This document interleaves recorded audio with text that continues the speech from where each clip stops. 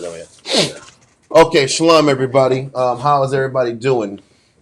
Um, Real quick before we get started. The whole title? No, we're good. It's not going to be enough. If we go the whole time, it's going to be 2 lines. It's going to be messed up. So we want to give a shout out to all the brothers and sisters in Houston and in Virginia for doing the work and getting this word out. All shouts out to the brothers Kazaki at Kwatazop. Shalom, shalom, shalom. Concerning the San Antonio school, are there any questions, any statements, things? We have a topic, but if there was a quick question, we can go over it real quick if there's any need or issues. Okay. So Let's do it.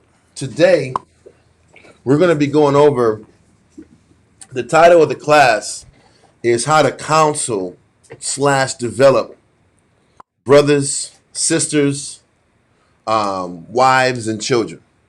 And I guess I crafted it this way, or tried to craft the title in a way that could include every group of Israel.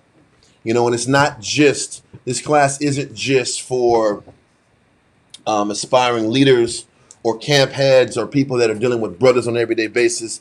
This class is also for brothers who are trying to put their home in order, sisters who are trying to win other sisters and work on their spirit, husbands and wives who are trying to develop their children. And it's the goal of the class is to give us a better grasp and understanding and what it takes to actually help somebody. Because we all have aspirations to come into this knowledge, or we should at least, to help our people, to teach our people, to instruct our people in how to live the right way. And the first thing that we learn how to do is we teach them their nationality. We teach, the people of the indigenous people of North, Central, and South America are God's chosen people. And all that is perfect and all that is great. And, Israel back in the 90s and how they received the knowledge is night and day what it is now. The movement back in those days, there was only a handful of people that received, respected, and could actually even see this teaching in the 80s and 90s when I came in. I came in the 90s, but my teachers were 80s students. Point is that with all that, we're going to go to that verse. With all this being said, is that once you get to dealing with Israel about the knowledge, and once they know who they are as Jews, you still hit roadblocks in their development. You still run into issues with Israel with their self-esteem, confidence, outlook, pride, selfishness. There's so many things that's inside of the people that we love and we care for that we still have mountains of things to work on outside of knowing who you are as an Israelite person. So once we get outside of the framework of just dropping the information, now what?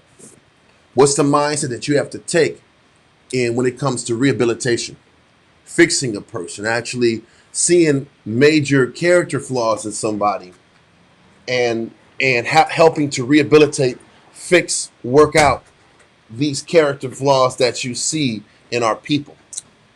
And this is where the significant challenges come in when we're having to work on actually helping people and rehabilitating people and actually using the scriptures to help change the course of people's lives.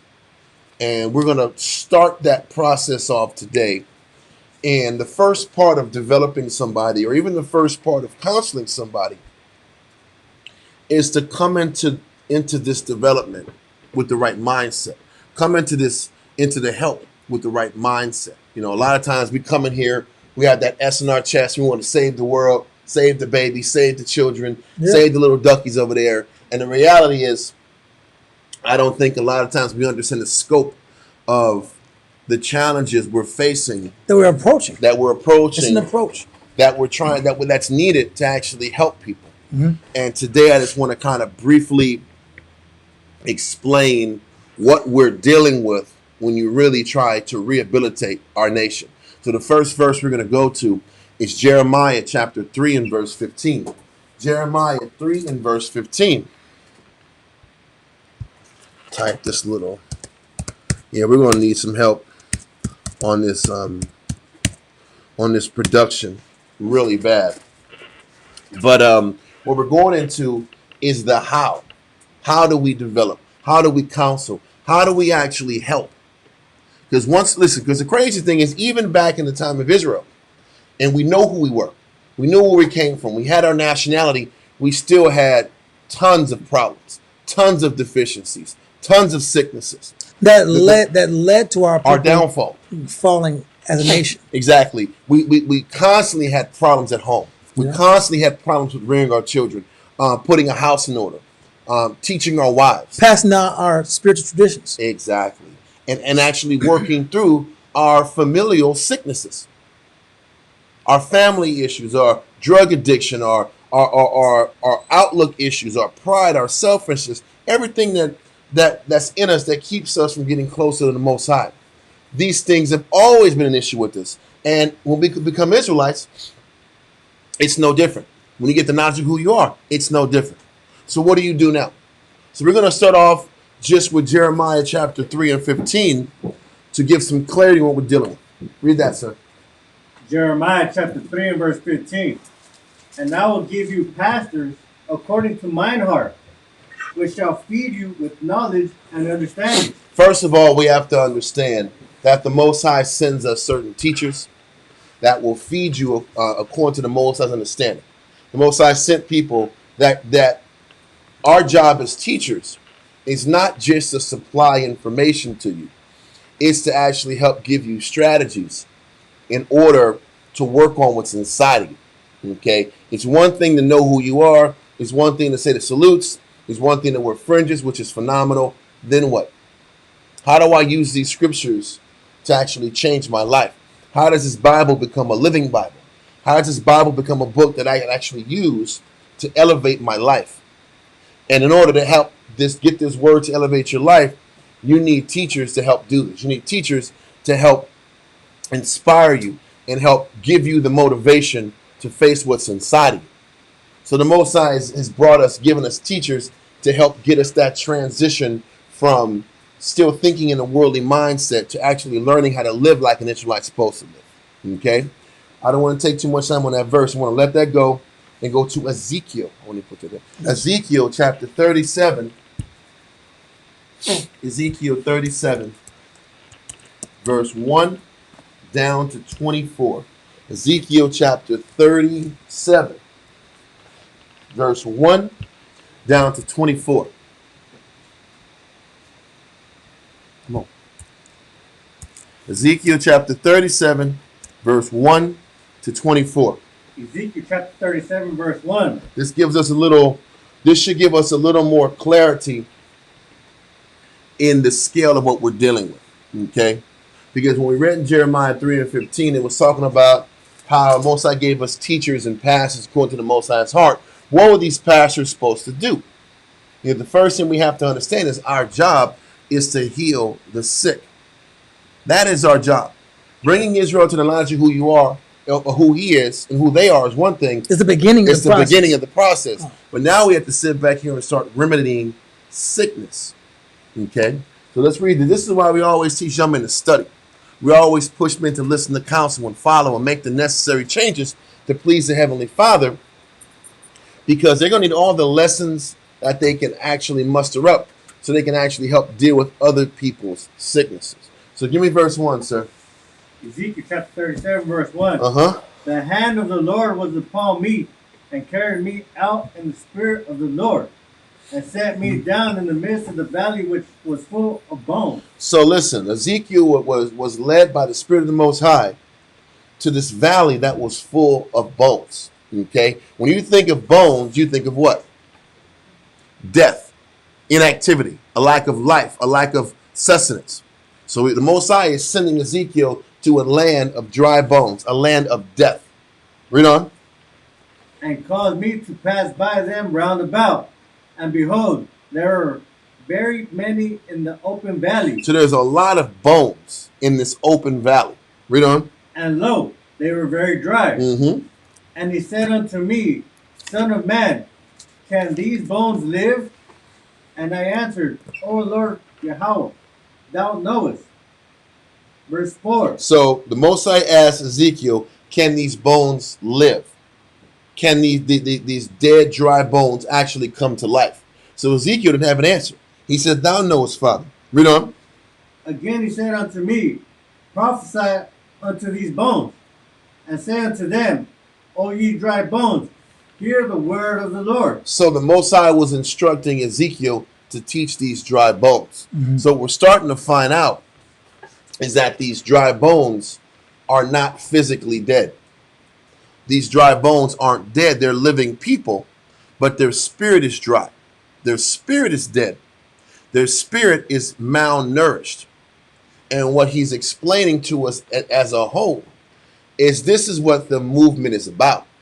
The movement of being an Israelite, the movement of teaching our people is about accepting the fact that Israel is without.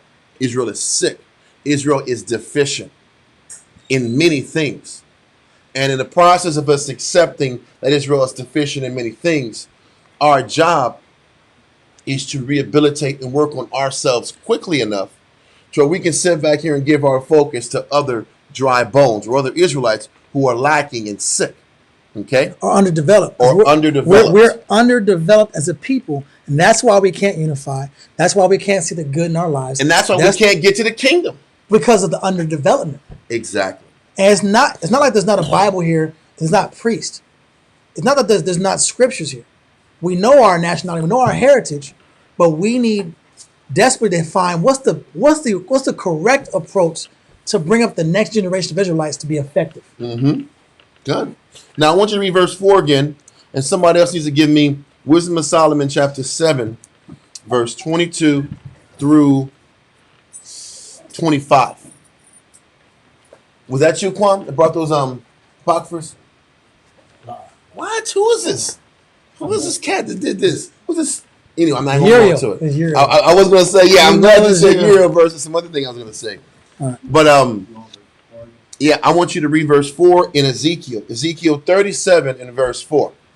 Again he said unto me, prophesy unto these bones, and say unto them, O ye dry bones, hear the word of the Lord. So the Most High instructed Ezekiel to prophesy unto these bones. So obviously these bones were living people, but they were dry in understanding.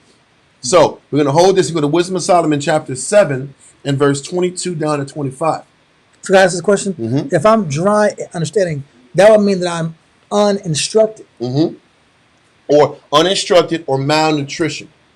And that is a combination of both. Got Either I was given knowledge and I turned it away, Okay. or I was never taught, Okay. so I'm deficient, or I was given an opportunity to change and I didn't change.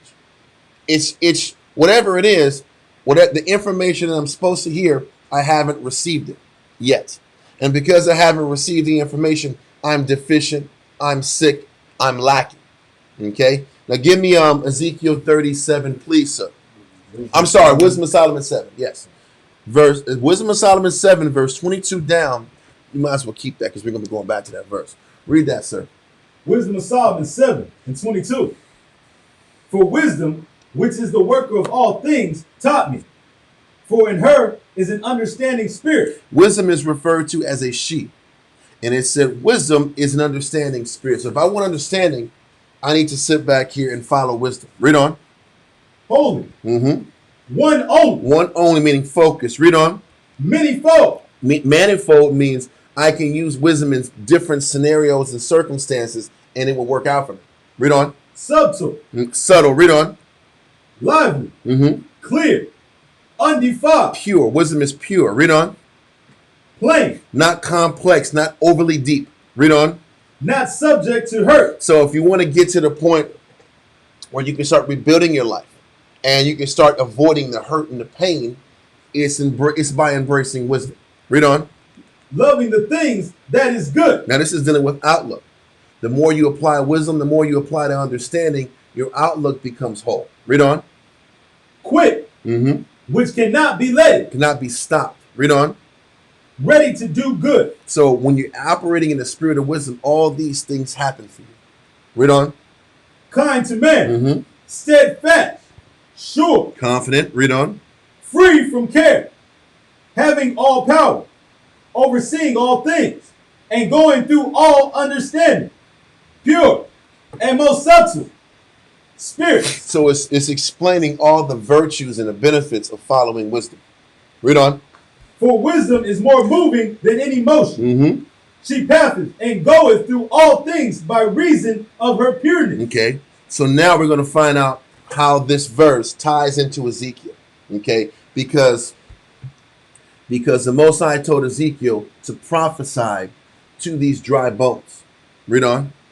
For she is the breath of the power of the Most High. Wisdom is the breath of the power of the Most High. So applying the wisdom of the Most High, being given the wisdom of the Most High, is that breath of life. Okay? This breath of life was given to Adam in the beginning by the Most High and the powers. And even when we're reading in Ezekiel, what was being prophesied was this wisdom. It was the scriptures. It was the correct application of knowledge, because that's the definition of wisdom. It's the correct application of knowledge. Read on. And pure influence flowing from the glory of the Almighty. Mm-hmm. Therefore can no defiled thing fall into her. So wisdom is pure, it's undefiled, and nothing corrupt can enter wisdom, doing things the right way. We're going to let that go and go back now to Ezekiel chapter 37 and verse 4 again.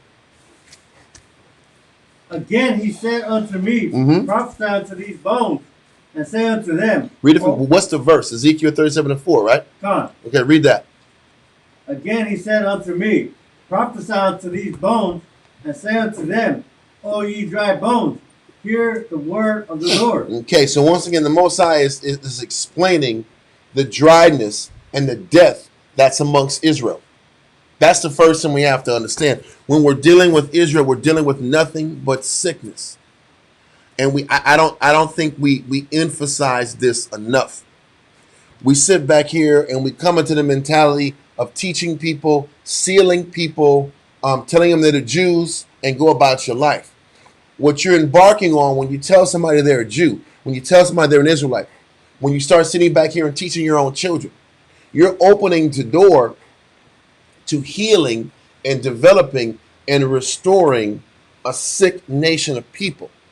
Okay, this is what you're embarking on, and it's important. Is everything about what we do is how we look at things.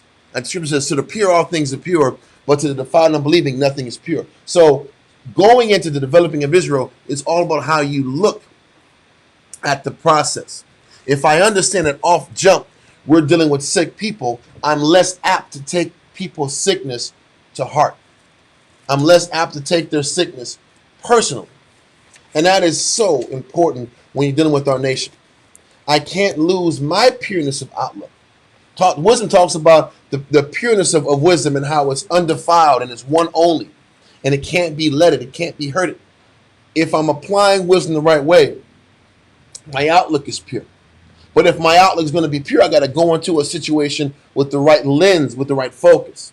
I'm harping on this because before you can start developing Israel, helping Israel, teaching your wife, teaching your kids, being a brother, being a good sister for other sisters, being a good example, before you do all these good works and apply the work of the Most High with good intention, I have to understand that I'm dealing with sick people. I got a scripture right here. Yes, Precept. St. Matthew chapter 8 verse 17. St. Matthew chapter 8 and verse 17. Side note. Somebody get that, please. Come on, please. 8:17. 8:17. Yeah. St. Matthew 8:17. Yeah. That it might be fulfilled, which was spoken in Isaiah the prophet, saying by Isaiah the prophet. Right? Read. By Isaiah the prophet. So this was the prophecy of Christ coming to the earth. Yep. Read. Saying, himself took our infirmities. So he took our what? Infirmities. Our weaknesses. Read on. And bare our sicknesses. He bore our sicknesses. Christ himself, when he came the first time, right, is Yahweh Shai, what did he do? He had to bear, or he's under the weight of our what? Sicknesses, our maladies, our diseases. But those sicknesses, those diseases, what are those sicknesses? It's not just the leprous person. It's not just the person who was lame and couldn't walk. It was the negativity.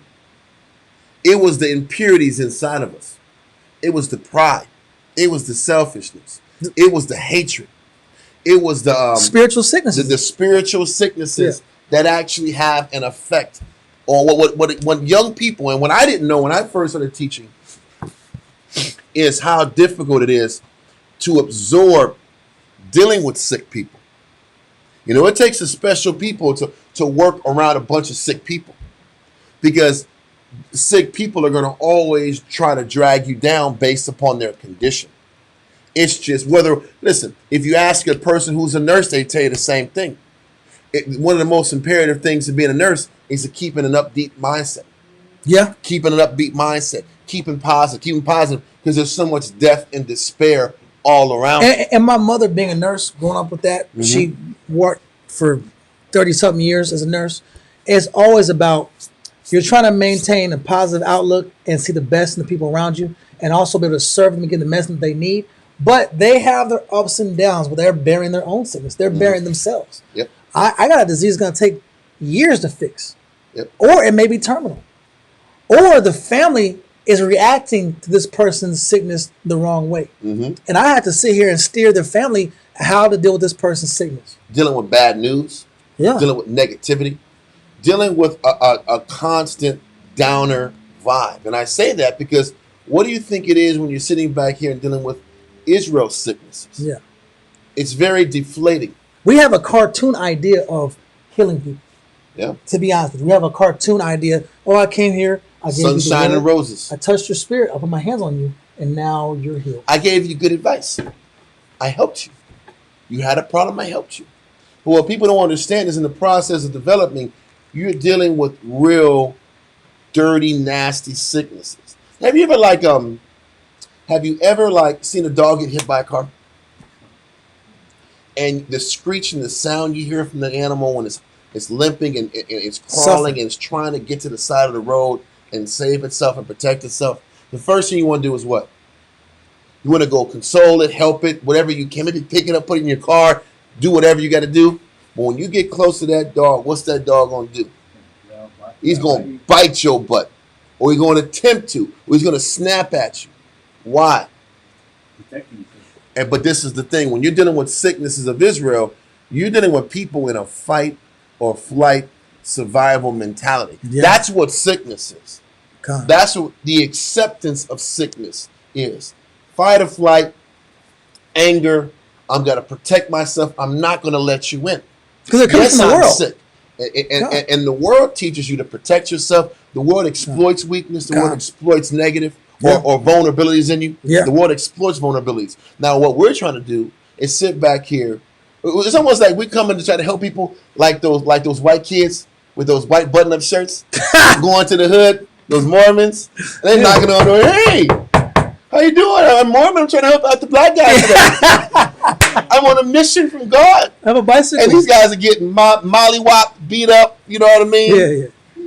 Taken advantage of because you know what? They're coming bright-eyed, bushy-tailed green, but not realizing what it takes to really rehabilitate somebody.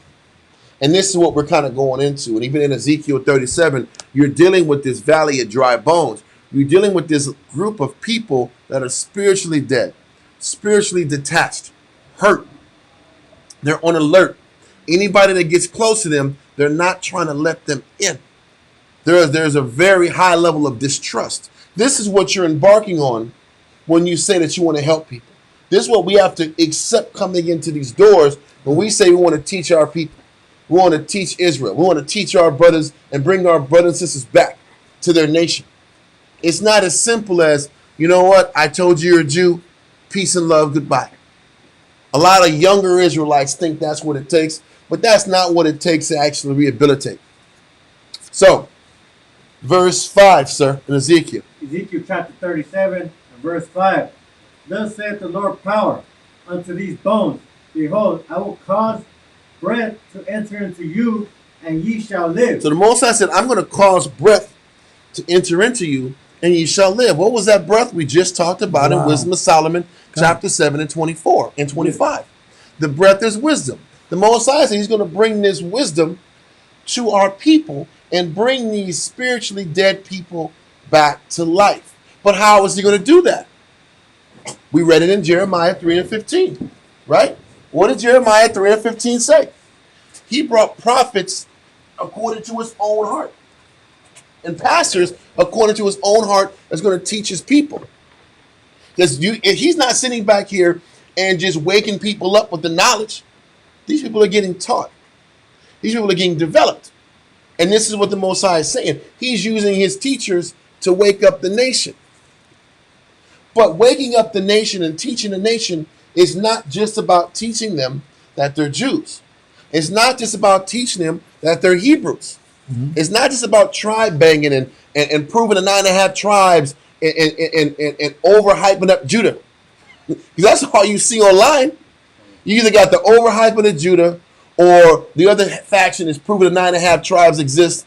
And I have seen 1,000 times. I don't know how many books I've read about the 9.5 tribes. How many books do you need to read to know that 9.5 tribes is Issachar, Ephraim, Manasseh, Gad, Reuben, all that stuff? How many thousands of books do you need? Some people don't get it though, because they hate 9.5 tribes. But listen, my point is, but how many books do you need? And how many books do you need about that Judah was in Europe? How many damn books do you need? God. It's like Israel be pounding these books. I have no problem with knowledge. But after it gets to a point that our people are still, our people's bones are still dry. They're still deficient internally. They're still deficient based off how they were raised. And once again, that's when the Most High says that the harvest is plentiful, but the laborers are few. There's only few people that can actually sit back here that are willing to engage the sicknesses, really willing to engage the problems, the rehab, and how to actually rehabilitate spirits. So let's read verse 6. So identity is established. So and this is what we're trying to establish: what developing Israel is about, and how developing Israel is beyond just teaching information. How developing Israel is beyond just teaching a breakdown or 2 or 3. It's dealing with the fact that the Most High sent us here to actually repair a desolate, boned body. Mm. He said, put breath in this person that they may live. We know the breath is wisdom. Read on. Ezekiel chapter 37 and verse 6. I will lay sinews upon you. Laying sinews on a person is putting muscle. Yeah. All it was a bone. So the Most High is like, now I'm putting sinews on you. I'm making you an entirely whole person. If you think just teaching a breakdown or 2 or teaching somebody that they're a Jew is making a person whole, you don't really get what teaching is about. Because teaching is about teaching who you are. And now I got to add layers to you. Sinews are layers, right? Mm-hmm. You need the sinews and the muscles to sit back here and help form a body. Read on. And will bring up flesh upon you and cover you with skin, mm-hmm. and put breath in you, and ye shall live. So what the Most High is explaining is the process of developing somebody from the ground up. Taking somebody that was spiritless, spiritually dead, and developing a spiritually dead person and helping to build them up to where they're whole. That takes time, that takes years, and it takes more than just a few conversations online. It takes a real dedication. And once again, if we're going to deal about how to counsel and develop Israel, brothers, sisters, wives, children, we have to understand that development is for the long haul. This isn't just a touch and go thing. In order to sit back here and develop the mind, the muscles, the skin, the body, I have to determine that when I'm dealing with a person, when I introduce myself to a brother or to a sister, I am making an investment long term. This is not some short term scenario. And to be more specific, I have to be willing, we all have to be willing to develop as long as a person is willing to be taught and willing to be developed. And as long as we understand that what we're doing is for the long run and that our job description is really about dealing with sick, deprived, underdeveloped spiritually people, now we can start this process a lot better. Right? Continue. And ye shall know that I am the Lord. Mm-hmm. Verse 7. So I prophesied as I was commanded. Mm-hmm. And as I prophesied, there was a noise. And behold, a shaking, and the bones came together, bone to his bone. And when I beheld, lo, the sinews and the flesh came up upon them, and the skin covered them above, but there was no breath in them. First of all, do you think that this prophecy is just happening in a day or two, or a week or two? This is a prophet. This is a process of evolving a nation of people. This is why the Most High is not getting us out of hell so quickly. Yeah. Our nation has to evolve from scratch. The knowledge of who we are has been in process since the late 60s, early 70s, the reawakening of our people. And you're seeing all the ups and the downs and the spiritual immaturity, and then we're growing up as a nation of people, and all the lessons that we have to learn in order to make this nation whole. Now, you're looking at that from a national perspective. How long does it take to make the individual whole? It takes years. Why is this important to paint from the beginning? I don't even know how long we're going to be able to get into this class in its totality. But to develop a spirit takes years. To counsel a spirit takes years. Think about your children and the process that it takes to develop them mentally, develop their maturity, their discipline, to weather their ups and downs, to deal with their strengths, to deal with their weaknesses, and to help try to build them up. To be well rounded. And then you realize at the time that they're supposed to be built up, they're not. And you try to buy time, extend it out because they need more time. You know that your son or your daughter might need more time to develop. So you try to keep them closer. And all the things we do to work on our children's spirit, it's no different than when you're dealing with a young man, a young sister that comes to these doors. It's the willingness to work the surrounding environment of your student as much as possible so they can grow and get reared the right way. And if we can understand that development is like that, it's like raising a child, it's like putting a total investment into them. Now you understand how serious this is, and how this isn't something to be played with. And how a lot of young Israelite men coming into this knowledge think all you got to do is drop some info and you can go cut out. Yeah. That's Cavalier. not how men are developed. Cavalier. That's not how your wife is developed. That's why a lot of marriages go sour. Because a lot of times the brother thinks I can just teach some breakdowns. You ain't got it, you wicked. Be in order. Be in order. I'm a tough guy. Wife serve husband. Do what husband says. Cook his meal. Clean. Or else I'll get another rib. Sealed. That's the mindset. God. This mindset that I can just talk at some info, talk at a person, command in the spirit of Christ. I'm this commander, and all of a sudden people just grow and change. And that's not realistic, because I don't think we're taught from our youth what realistic development is and how long it takes, and the process that it takes to actually develop somebody from ground up nothing to where they're actually somewhat stable. What you gonna say? I was agreeing that when you're dealing with that approach is it's not even sophomoric. It's just, it lacks depth. It lacks depth because I'm assuming that you're supposed to follow the Bible 100% off top, because I taught you that Yes. that Jesus is black. Jesus is black, and now you're supposed to be responsible. Exactly. Jesus is black, and now you're supposed to be this feminine spirit when you were playing and interacting with. And I have 25 years of rolling like a man. That's all I knew. I have 25 years of thinking that a masculine spirit was the idea of being strong. And that's what makes me acceptable and a strong woman. Independent woman. I'm independent. So now Jesus is black, and by tomorrow you better have a head wrap on and be soft and gentle. Or I'm leaving you. And we do that even with young men. Okay, you come with the truth. You've been on your own. You've existed on your own for many years, and now you're supposed to automatically just lock in. When you should be locking in to the scriptures, but your understanding the depth of the scriptures takes a long period of time. And actually getting to the point where I'm not just regurgitating information, but I'm actually taking this information and I'm actually changing how I think, changing how I make decisions, changing my environment. That's what takes the time. I've been teaching since '95, and you can sit back here and go over the same script, same breakdowns, same classes 20, 30 times. I'm telling you, 20 and 30 times. And people don't start picking up sometimes until the 15th time.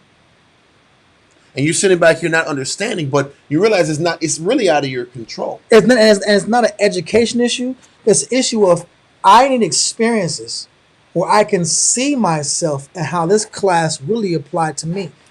Exactly. But once I don't want to go too I'm not deep going there. on I'm there not yet. even going there. We're just starting on just the fact. Why it takes so long. And you're right on point. But it's the mindset that this is for the long haul. And when you're sitting back here and want to build a sister up, you see a sister who needs. Prepare your mind. This is going to take some years. Prepare your mind that this isn't some overnight thing. It's not some quick information, some counsel, 1 or 2 counsel, and the person is done. July 28th. That's not That's it. how men, women, or children are developed. This is not how it is. Okay? Because our people are innately sick from their birth. Read on. Ezekiel chapter 37 and verse 9. Mm-hmm. Then said he unto me, prophesy unto the wind, prophesy, son of man. The funny thing, it feels like you're prophesying to the wind. A lot of times when the information is going out, you think the class was hot fire. You think that you stacked all the verse together, and more times than not, the information goes right over a person's head. You think you hit them right. You think a person was doing this to you. They were agreeing, con. Whether it's a brother saying that they're agreeing to you, or a sister, you're on the phone with a sister, and you're spilling your guts and you're counseling, and they're agreeing with you, and you think we had a damn what do you call this? A breakthrough. And then 2 weeks later, they tripping again. You're like, what the hell is this? We just had a breakthrough. I thought you saw it, but you didn't see it. For all of us who've actually taught and counseled a loved one, you know what I'm talking about. You think you're like this. Man, I thought we were on the same we page. were not. Listen. For anybody who actually gave a crap about somebody and invested, you get used to that letdown. But this is what embarking on counseling and developing is. It's not just throwing seeds out here. You know what's funny? The Most High uses the concept of husbandry a lot, right? And he talks about, the husbandman must first be a partaker of the fruit thereof, right? For anybody who understands about husbandry, when you're planting things, can you just cavalier, I'm just going to throw seeds here, everything's going to work out? Can you work like that? Don't you have to cultivate the soil, dig in the dirt? Well, for those of us who haven't, you do. Okay? You have to sit back here, and even when I'm trying to resoil my grass, you just can't put some weed and feed and get the hell out of there. It don't work like that. You got to aerate it. You got to sit back and sweat. You got to put some real work into your dirt to actually get anything to come back out. He's saying the same thing when I develop a spirit. I have to be willing for the long run to go dig and invest and have setbacks. The worst thing that you do when you're trying to fix grass, you got weeds coming in after. These huge sunflower weeds, they're like this, and they're hard as hell to pull out. And you got to sit back and dig deep in the ground just to get the root out. And you look up, the person next door to you, their grass is jacked up. So the weeds in their grass always cross-pollinate to yours. And you're constantly fighting weeds versus grass. Yeah. And there's a point to my statement, just so you know. Even when you're developing a spirit, it's the same thing. When you care about somebody, what do you try to make sure you do? Maintain a culture. You keep that sick spirit away from other sick spirits that can influence it. You try to protect that spirit. Okay, this person don't need to be around that person because it's not good for them. This person don't need to be around this person because they're going to bring out the worst. I got to corral, I got to protect them, I got to shield them. That is the level of sacrifice that has to come into development. And I know this class might kind of go over people's heads, and I get it, and I really don't care. But for the people who actually need this information, embrace it. Because these are the keys to actually sitting back here and getting the better blessings coming your way. The more quality blessings. Listen, if you want to save a soul, this is what it's going to take. If you want to save somebody from death, this is what it takes. What you going to say? No, I was agreeing as far as saving a spirit is not intellectual entertainment. No. This is a person's life that's in my hands. Yep. God and Yahweh Shai, the Most High, has entrusted this person's life in my hands. And I had to have information that, of course, gives them identity, gives them the framework of knowing that you are a part of this Bible. But now there must be a stage of growth, development, and retraining. We were trained to be the way we are. Your family, your friends, your city, your state, that trained you and trained your informed, and then also your natural born. I don't care where I was born. That's something that's just going to be in me because I was born that way, right? I had certain flaws growing up, but those natural, innate flaws and or bitter roots that are in a person and their environment, the Christ in the scriptures and the Christ in the brother trying to help has to over time retrain that spirit, and retraining takes a lot of time. You ever see a person that has like a broken arm? Not a broken arm, but I don't know if they call it a gimp arm. Not to use a bad terminology. And Baby arm. The baby arm, right? That's like this. And I was a kid. I was like, man, just pull it. Just pull it. As a child, I thought just pull it. You know how painful that is? That person's muscles has almost solidified like that. Atrophy, yeah. It's atrophied. It's solidified like that, and you can't, as a child, just pull it. But knowing that you touch that person's arm, it's extremely painful. So you have to little by little pull, little by little massage, little by little let blood flow come to those joints. And over time, it may take 5 to 6 years, that person's arm will be halfway better.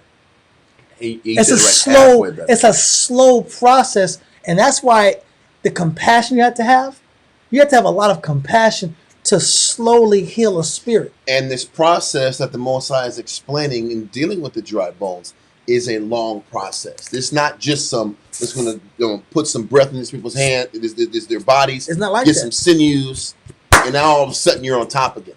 That is not how people are developed. That is not the mindset you should go in. Because half the time, when we have good intentions to help, why do we back off people? We back off them eventually because they don't change quick enough. Or they don't change to our specifications. Or as fast as I think that's what as fast as I think I that's my point. Exactly, our specifications. Yeah. It shouldn't take you this long to change. It didn't take me this long to change. And then we get angry. And then we back off. Then we get angry. Then we quit on people. So this is why I'm explaining this. Yes, sis?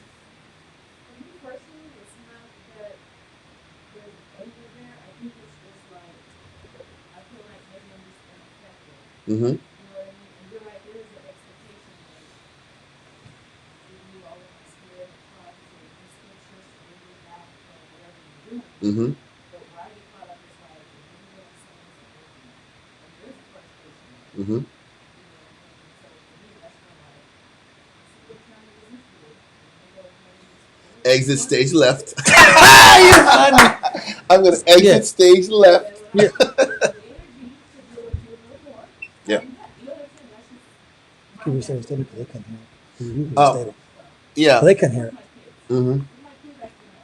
Well, see, and that's the catch. See, the thing is this: we'll do a little bit extra for our children. We'll give more for our children. But when it comes to people that are just as sick as our children, but they're not blood, we won't fight for them.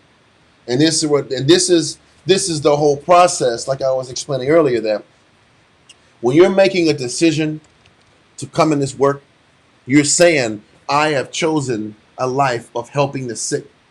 I have committed my life to helping the sick, because after you get so much information, so much knowledge, so many breakdowns, and revelations, so much revelations, then you realize now you're on the hook. Now you're on the hook to commit what was given to you to other people.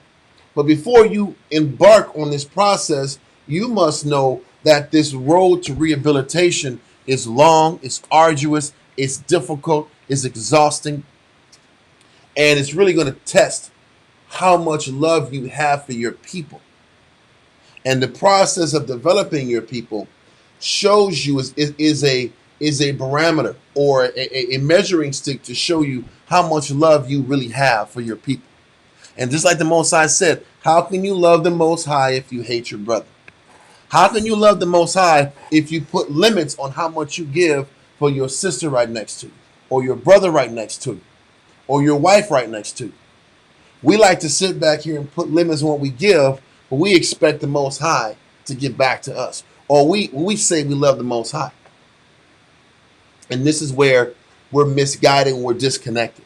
Because the process of taking dry bones to making them strong and whole is an extremely long process that we're supposed to be to help be part responsible for it. It's painful for the sheep and the shepherd. It's painful for both parties. And that's why in the whole process of the class is I'm coming from the perspective right now of the person who wants to help.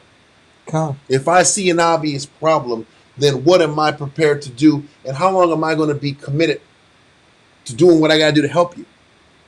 And it's better to start off in this mindset than to have an immature way of looking at it and to be disappointed and quit. There's a scripture in I think it's Matthew or Luke, and it talks about counting the cost. Oh yeah, build a tower. I need that Yes. verse and counting the cost. That's exactly what the word is. Counting. Luke 14:28. There we For go. a wit in Christ in red. In red. Luke 14. Change This this is right where we here, want to go. Oh, Oh, wait, no. it's cool. Okay. Luke chapter 14 in verse what, sir? 28.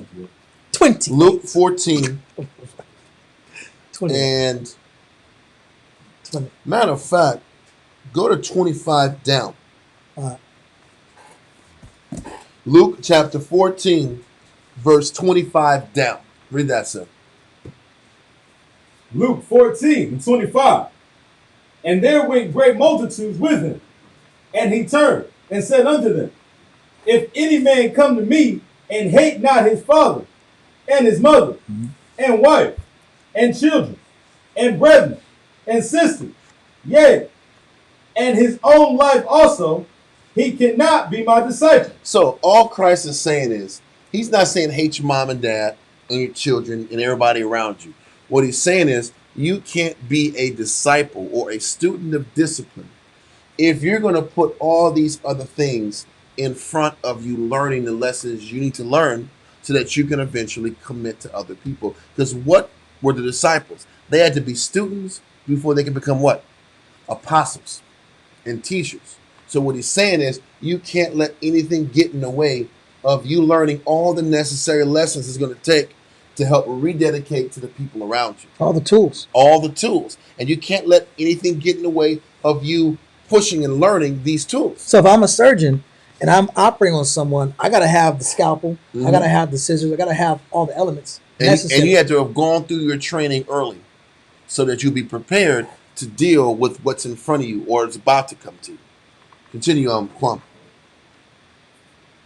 Luke 14:27.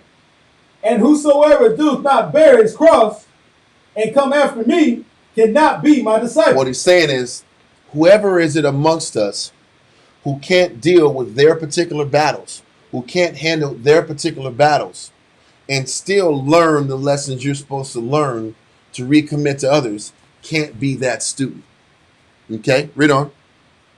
For which of you, intending to build a tower, sitteth not down first and counteth the cost, whether he have sufficient to finish it? Now, this verse is dealing with, obviously, does a person count the cost before they decide that they want to commit themselves to serving the Most High? But you can also take this verse and say, are we counting the cost to really understand what it takes to rehabilitate a sister, rehabilitate a brother, to really develop a child, to develop a stepchild, to develop another brother around you that has issues? Are you counting the cost?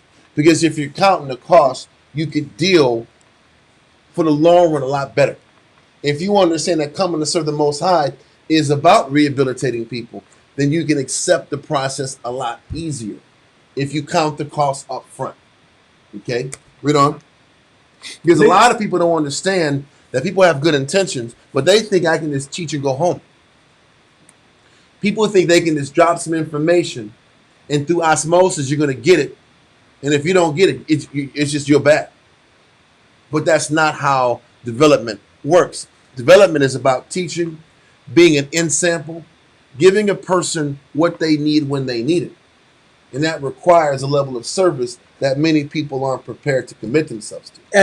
I'm living my life at another person's pace. Exactly. At the pace of my sheep. Which means my life is at bay to, or I'm not at bay, but I am subject to another person's ups and downs. And the acceptance of that sometimes is very challenging. So continue, sir. Verse 28 again, if you could. Luke 14:28. For which of you, intending to build a tower, sitteth not down first and counteth the cost, whether he has sufficient to finish it? Read on.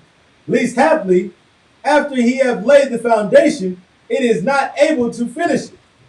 And is not able to finish it, all that behold it begin to mock him. You don't want to start and then stop.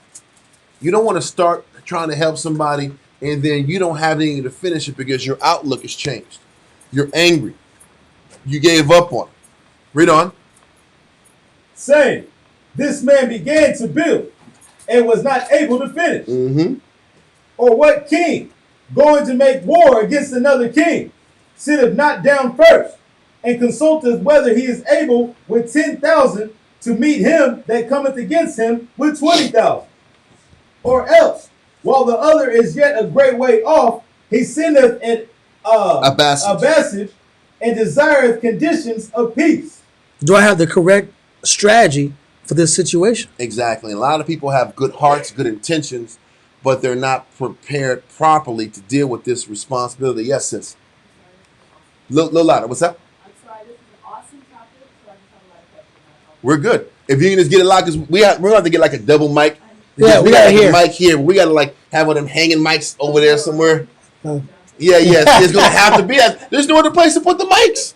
Anyway, I'm sorry. I was just curious to know, so is it wrong if you don't feel that you are developed enough to develop someone else? Is it- Taking the time to develop your own self is just taking a while? Like, Say- what if okay. you don't want to be that counselor person? Like, what if you just trying to get it for yourself and perfect it before you get it out? I wish it was that easy.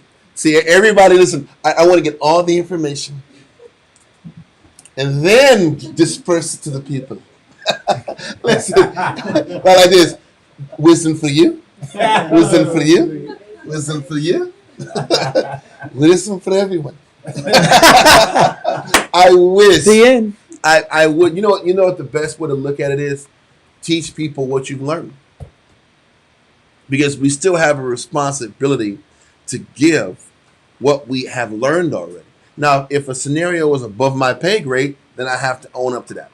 I have to accept that this is beyond my measure and what I've learned, but I can still give because the truth is, a person is never really going to learn the power of what this work is until you put yourself out there to actually invest. help in development. It's one thing to learn. It's one thing to be in the seat and learn and get lessons. It's a whole other level to sit back here and commit what's needed to help develop somebody. It actually makes what you're doing real.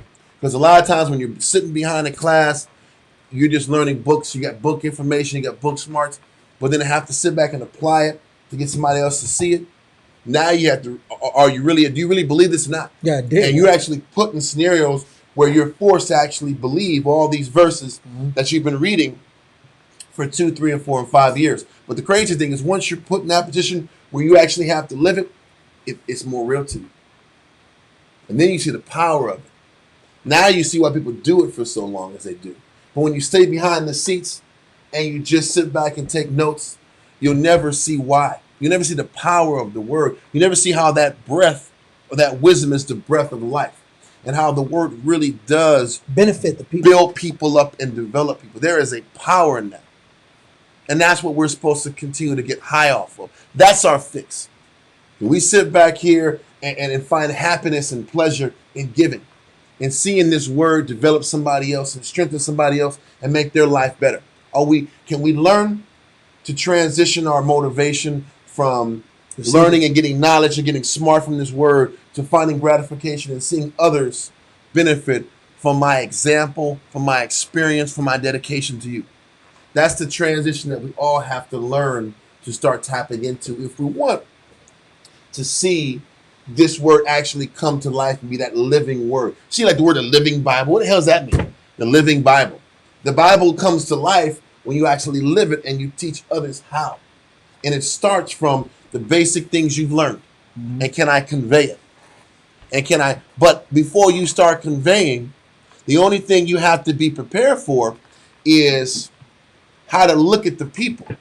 And that's why we're going into this aspect of this class. You might know that one Israelite two-step, bop, bop, bop, bop. You can teach that one Israelite two-step. Teach Black, black, the black. hell out of it. Black. You better teach the hell out of it. But when you're teaching it, know who you're teaching it to and the circumstances behind these people needing this information. That's the challenge. Why is it important? Why is it important? And how, and understanding that you're dealing with people that are fragile, that are sick, that are wounded, and it takes a long time to get somebody from A to Z, from A to G, from A to H. Prepare your mind for the long haul. And if you can do that, you can be more tolerant, more patient, more understanding. Okay. I think we're done. Matter of fact, finish. I think it was 33. Was it 33 you going to read in Luke? Come on, I just had a question. Is that kind of like the question? Was that kind of parallel in the that whole parable about the talents and being able to multiply your talent regardless? Because he didn't give everybody 10, he gave everybody 5, 1. But what he did give to them, they were expected to flip that. Yes. So in the sense of what you were talking about, as far as what we have acquired, what we do know, we are expected to give that. We are expected to flip that or that particular talent. You can take it that way. You can take it that way. Yeah. Well, you can take it that way because talents is abilities.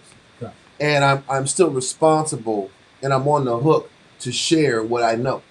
I'm on the hook to give to somebody else. But what people don't understand, this is what people don't understand about relaying information. People think I can relay information to you and walk away. But what happens is when you relay information, when you counsel somebody, when you develop somebody, what you're doing is opening an entire spiritual battle to them that they're not prepared to deal with. So when you open this cornucopia of issues, and you open this damn Pandora's box of spiritual issues, and you show them how to fight their battle, and you walk home and eating your cocoa roos at home, and they're sitting back here fighting battles and dealing with doubt and I don't know why. thoughts and issues. I don't know why. And you're at the house, eating some cereal at 12 o'clock at night. When you're chilling and doing you, these people need your undivided attention when they need you. And I've seen people open spiritual doors, teach these, and bounce. And say, hey, I taught the word. But hey, man, people need all of you now. They need more. People need more attention. They need more counsel. I wasn't prepared for that. But that's the point. And that's why it's so important that even when we start dealing with the sick, am I prepared to walk a person through everything they need to rehabilitate? If not, we better get used to, hey, man, 4-4-4-4. Force, Walzem. 4-4-4-4-4. Walzem. 4-4-4-4-4. Walzem. You better be saying the fours, Zach. Like old boy on, I don't even know the guy's name. All I know is 4-4-4, 4-4-4-4-4-4. 4-4-4-4-4-4. That's all I know. You better be the 4-4-4 guy and bring him down here, right? Because if you're not prepared to sit back and deal with the ups and the downs and the process of development, then don't even do it. That's the point. Okay. So Luke 15 and 33. 444, guys, is this commercial online in San Antonio, man. And this guy he just keeps saying 444, 444. He's a lawyer. Yeah. It was a great commercial. All you got to do is worry about 4. That's it. That's it. Don't worry about it. You got to worry about all these numbers. And the funny part is the actual 18, the actual big sign is a big hand. It's this right. Yeah, that's all you got to do. This is it. This is it. This is all you need. It makes it easy, man. $1 million after that. If you get an accident, 4. I got 4s. I got a preset for you on the same point. Let him finish his. Are you finished with your verse? In Ecclesiastes, in Luke. No, you had St. Luke 14. 14 through 33. What? Yeah, did you get to 33? I was about to do that right now. Read that, then we'll go there. Okay. Read that. St. Luke 14 and 33.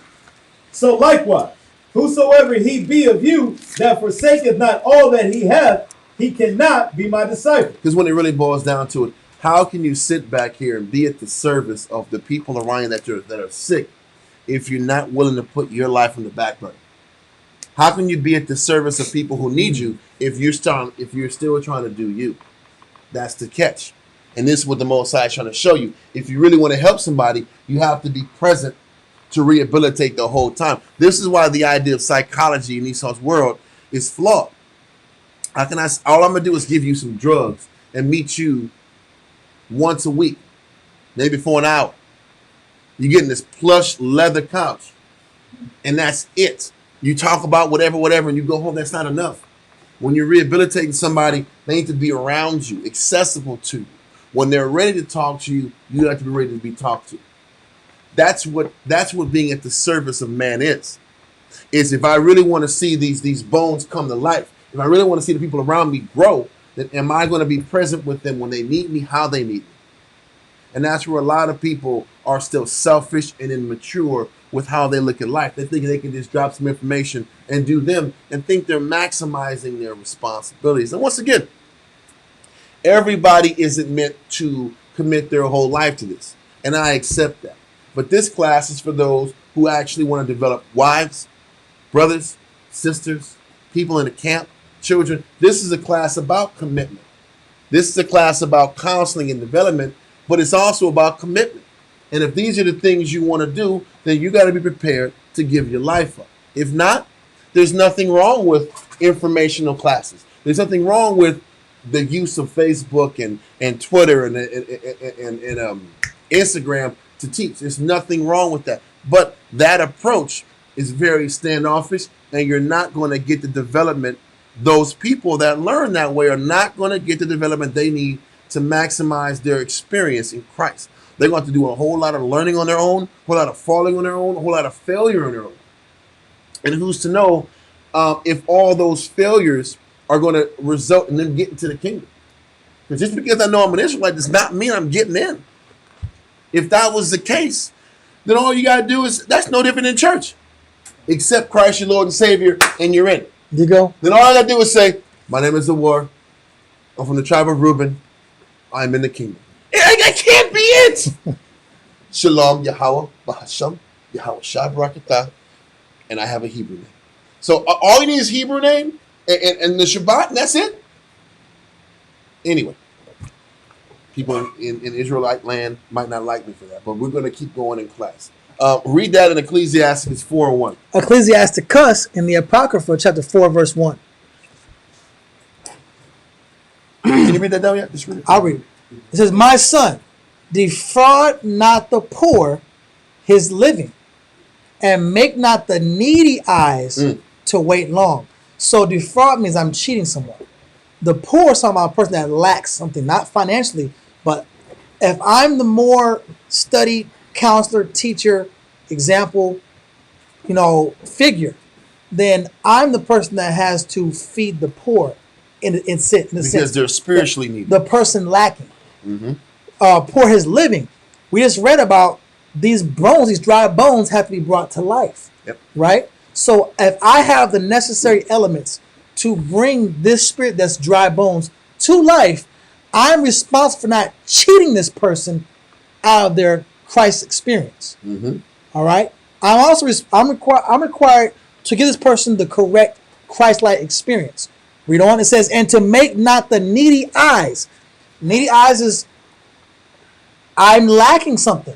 I have a need, and my eyes. This is my vision of the truth. I thought the truth was just wearing braids and wearing beard. I thought the truth was just rocking friends. I thought the truth was just coming together, hanging out was beat a brother. I thought the truth was getting a Hebrew name. I thought the truth was just cussing out Edomites.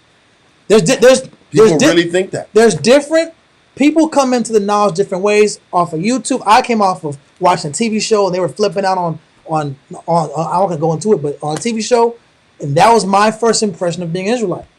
People get different impressions, but as you live this experience on a consistent basis, you start getting a well-rounded understanding of there's more than just the controversy element. There's more than just the checking the women element. I'm just gonna check all these women or collecting ribs. Yep. I'm saying, or you know what, getting that power. I'm gonna flex on these men. I got strength over men. I want to look lock in, I want to brother. be behind the lights talking and look about? like the wise guy. I'm powerful, huh? I'm in the spirit. I'm in the spirit, huh? Talking, but I'm saying that. Listen. That is some people desire to have that power because I've been helpless my entire life. Yes. Then I realized this whole Bible experience is about helping people that need. So it says, wait, make not the needy eyes to wait long. Mm-hmm. What does it mean to wait long? They need something, and I'm slow to give them what they really need for their spirit. And the only reason you're slow to give them what they need is my life is more important. And this is why I have to make that decision off rip. If I'm going to develop this, once again, the topic of the class is how to develop brothers, how to counsel and develop brothers, your wife, your sisters, children. And what it takes to actually develop. What does it take to actually counsel? What does it take to actually rehabilitate? Heal, yeah. And it starts with understanding that the dealing with the dry bones or the deficient Israelites is a process. It's a long haul. It's a long road that we all have to embark on for each and every person that we come across that says they want to change. Okay? And that's what we have to understand. Now I'm going to let all that go and go back to Ezekiel. Okay? Ezekiel chapter 37, Verse 9. verse 9. This said he unto me, prophesy unto the wind, prophesy, son of man, and say to the wind, thus saith the Lord power, come from the four winds, O breath, and breathe upon these slain, that they may live. So once again, our job is to breathe this wisdom and teach this wisdom. What's wisdom? The correct application of knowledge to these slain spirits, these defeated spirits, these broken spirits, these negative spirits. We're commissioned to sit back here and teach all these sick people and try to heal them. Okay? That is what we're commissioned to do, is to heal the sick. Read on. Verse 10. So I prophesied as he commanded me, and the breath came into them, and they lived, and stood up upon their feet, an exceeding great army. So once again, the prophecy is about this word coming into the people, and they stood an exceeding great army. Do people really think Moses did this? And everybody just rises up like it's He-Man, and everybody's gonna go fight. God. Is it not like that? You know how it happens? The Most High has his pastors teach and develop, commit and develop, teach, counsel, and you look up. Now we have a large army. Now we have a large army of people who want to commit to serving the Heavenly Father. It's real work. And a lot of times I think we have a religious mindset to this. How do you get Israel developed? You have to sit back and hold Israel by the hand. Walk them through battles. Walk them through circumstances. Work on their character. This is what it takes if you want true development. If you don't want that surface guy, how much are you willing to invest into the man next to you?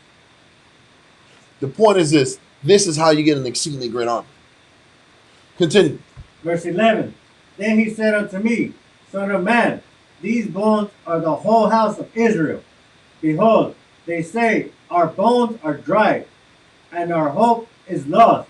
We are cut off for our part. We are cut. Our people are cut off. Our hope is lost, and our spirit is dry. We're disconnected. We're disconnected.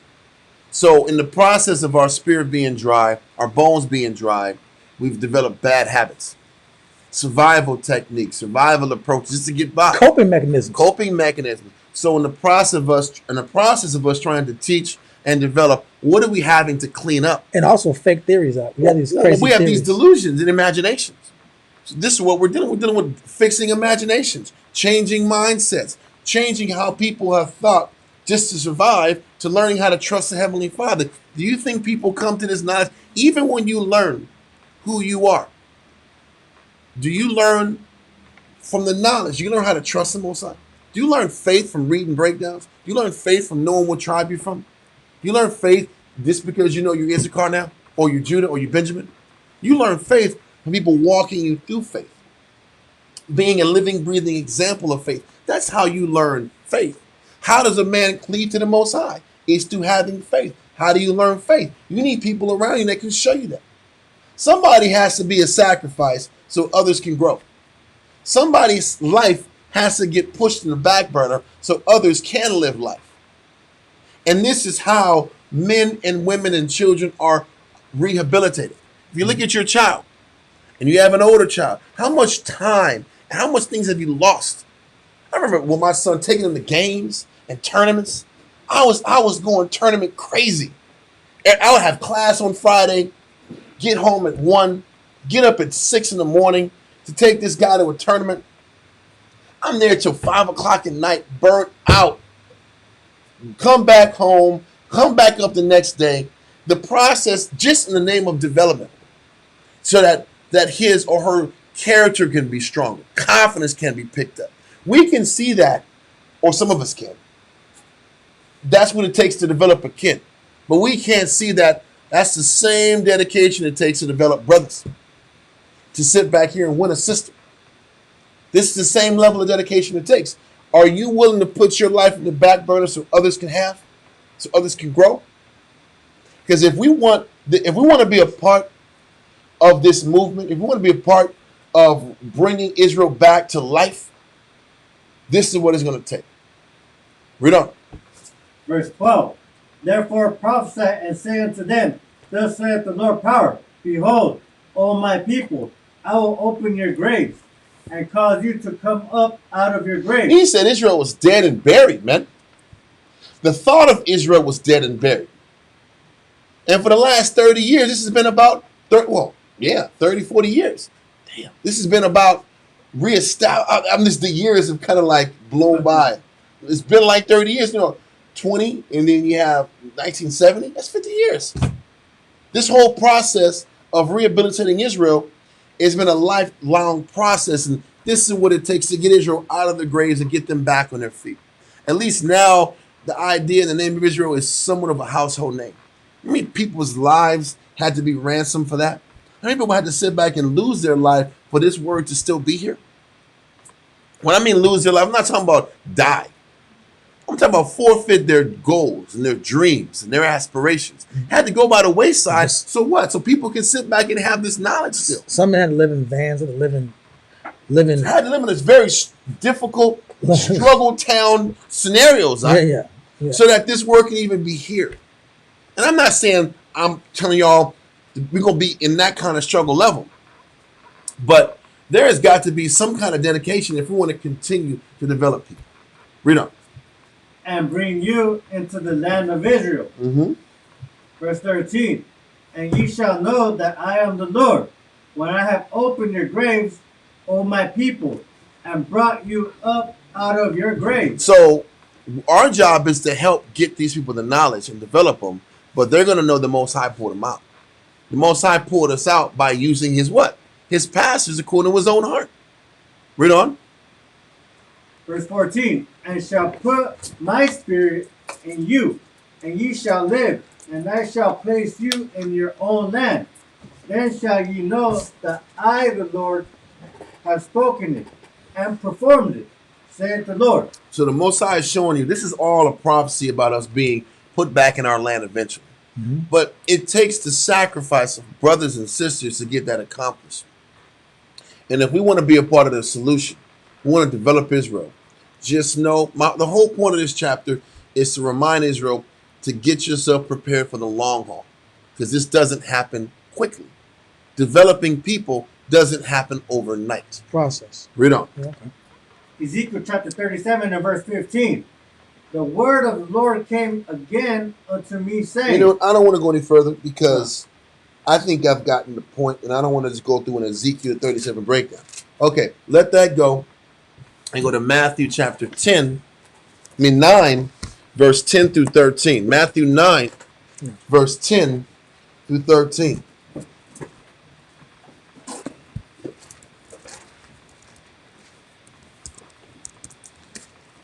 Matthew 9, verse 10 through 13.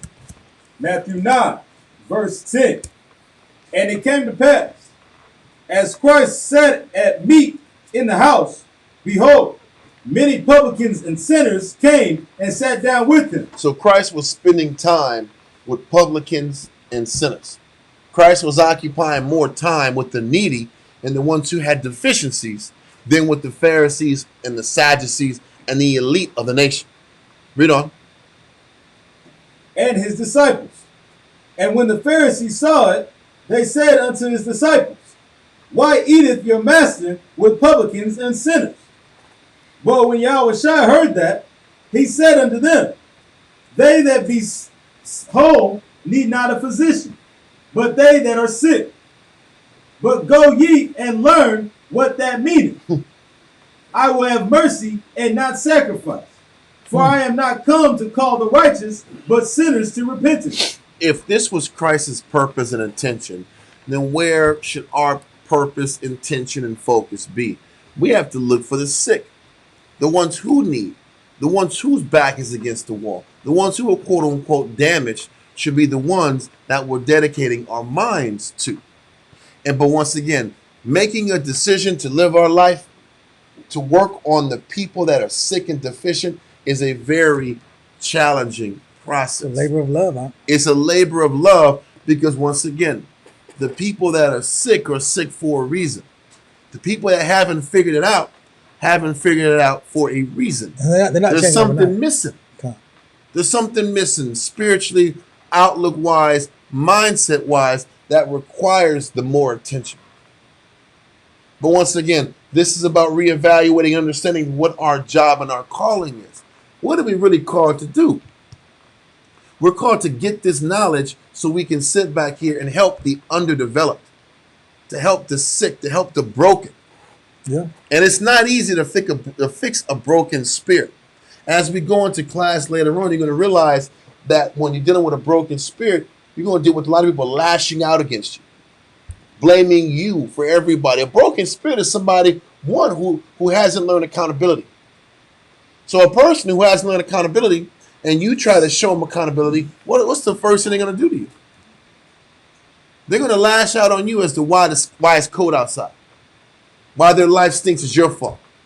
It's in the 40s because it's you. You did it. Like, damn, I'm the reason. The weatherman says it's going to be 40 degrees outside today. It's your fault. If it's not sunny, it's your fault. If I had an argument with a woman today, it's your fault. I remember my first experience doing that. I was a young brother in the brother's house. Sister called late at night talking about, I'm getting beat up. Please help. Please These are help. real issues, Please man. help. I'm getting beat up. Okay. We go out there and, deal with the brother. And the very next day, we're trying to break up my family. I'm like, whoa, that was not. Let's say that again. So you went to help the sister. Yeah, this is why I'm like. Because you jumped it a little bit. Officer. You went to help the sister. So who said you was trying to break up the family? The sister. Okay. The sister that was getting beat up, and by the stairs, and she was pregnant. This is life or death. These are real things. This is life or He's death. giving an example of real life situations amongst the prophets and prophetesses of the Most High. And this is my first I time. say prophetesses because everybody wants to make who they are extra holy. So it's the prophets and the prophetesses of the Lord. Yeah, I like The spirit is extra spiritual people. This when is we deal with Israel, they're sick as hell. I'm sorry. this is my first time. Continue, sir. This is my first time. Like I met the brother years ago. I met the brother like a couple months ago. Brother said, "Let him live with us." Okay, we're living with the brother. Brother's cool. I thought it was cool. Brother ended up not being cool. Brother's on the H, on that brown. So brother's not gonna be logical. Brother's drinking. We tell brother, hey, you can't be drinking all the time. Next thing you know, you get a crazy phone call and it's 3, 4 in the morning. Yeah. Try to help a spirit, help counsel, build, teach, develop, separate, do what you gotta do. Mm-hmm. You're trying to get the brother to see you can't be drinking and blacking out. Okay. But maybe 2 days later, the answer I get is, you were trying to break up my family. This is from the sister, right? And the sister said, the person you called me at 4 in the morning about I'm getting beat, I'm gonna die. Yeah. Now I'm breaking your family up. All I said was, hey, you know what? Maybe I need some time to let things cool down, and you need to be at the house more, because when you're living together, you're up together at the house, you're getting violent. There's a violent situation, and you're pregnant. Yeah. So it doesn't make sense to drink, be pregnant, fight. There's heat. Take some time to relax and separate for a little period of time, so that this man can sober up a little bit. Yeah. Because the baby's gonna get born. So, but I didn't know. I know what kind of counsel I was giving. I was doing what made sense to me. That's what logically looked. That's what it looks like it made sense. Yeah. But I became the blame of and her answer to you was sick. So you know what? From that that's point, legitimate sickness, and this is what a lot of times victims of abuse take that mindset. Yeah. Because yes, they're afraid of the beatings, but they could take the beating more than being alone. And there's a level of sickness. I didn't know that. And but the problem is, in order to sit back here and transition somebody. I'll stay away from you. I'm not answering that damn phone call. I'm there, like, That's not the answer, man. That's not the answer. That was my Listen, answer. call right then and take it to the I'm other not side. gonna answer this phone call. I didn't hear the ring. I didn't hear the phone. Listen, That's his job. See, we're trying to sit back here Another and man's teach about development and counseling. This guy's like passing the buck out. I didn't know. This guy's passing the I didn't buck. know. I didn't know what to do. I didn't know what to do. But listen, Yeah. listen, it's funny, but it's the truth. And a lot of times, Yeah. the process that it takes to actually rehabilitate somebody, you're dealing with insane thinking, extreme ways of processing things. And it takes a lot of counseling, a lot of talking, a lot of listening to actually get to that point to where somebody might even have the courage to actually fight what's inside of them. Anyway, I get everything you were saying, Dahlia, and I understand. My answer was, and the problem is when you're younger. That was a bad example. This was the answer, like what Arkai was saying. If it's above your pay grade, pass it along, man. If it's too much for you, get it out of your hand, man. Bounce fast. Is it a no look, or are you going to sit back here and pour past? It's like a hot potato. Okay. I thought it was cool. So once again, this chapter in Matthew was reminding us that our job is to deal with the sick. And that is a perfect example of sickness. Because this is what Israel deals with. Abuse. And these are people who knew the knowledge. And this is what the crazy. These people knew the Bible, and the guy was still beating on a pregnant woman. These things happen. You think Israel don't be on drugs? These things happen too. Dealing with the sickness of Israel is where the work is at. Okay, let that go and go to Matthew 10, verse 5 and 8. Matthew chapter 10, verse 5 and 8. And then Kwame means you go to Ecclesiastes in the Bible, chapter 7. But we'll get to that. So, Matthew I got chapter 10, verse 5 and 8. Matthew chapter 10 and verse 5. These 12 Yahushua sent forth and commanded them, saying, Go not into the way of the Gentiles, and into the city of the Samaritans enter ye not. So Christ is saying, don't go teach the Gentiles, and don't go to Samaria, because the Gentiles were living in Samaria as well. Samaria was at one time the capital city of the northern kingdom of Israel. But during the time of Christ, Samaria was run by the Ethiopians. Okay. Read on. But go rather to the lost sheep of the house of Israel. So Christ commanded the disciples to go teach the Jews, teach the Israelites. Read on. And as ye go, preach, saying, The kingdom of heaven is at hand. Heal the sick, cleanse the lepers, raise the dead, cast out devils. Freely you have received, freely give. So these Jews knew who they were. They knew their father's father. They knew all the tribes they were from. But they were still plagued with mental issues, outlook issues, deficiencies. And we were called to deal with these deficiencies. So once again, we're going into this beginning part. I know it's kind of taken longer than I imagined. I was trying to get to these other parts today too. But accepting the fact that we're commissioned to go to the sick, commissioned to go to the deficient, broken down. But a person that's broken down, you know how much work it takes to rebuild somebody that's broken? Yeah. The level of dedication it takes to that? Or sister. You ever met a sister who just thinks everybody's against her? And when you try to counsel her, and you sit back here and you call and you're polite and you're being polite to reach out, and then they're sitting back here like, oh, these sisters all against me. They all out to get me. Everybody, they like, why was she all super nice today? What's her angle? What's her real angle? I was being nice. That was the angle. Why are you being so nice? What are you trying to set me up for? People think like this. You think I'm lying? Brothers do too. You know how long it takes for brothers to sit back here and tell you what's really going on with them? How many months / years it takes for a person to really show you their real side?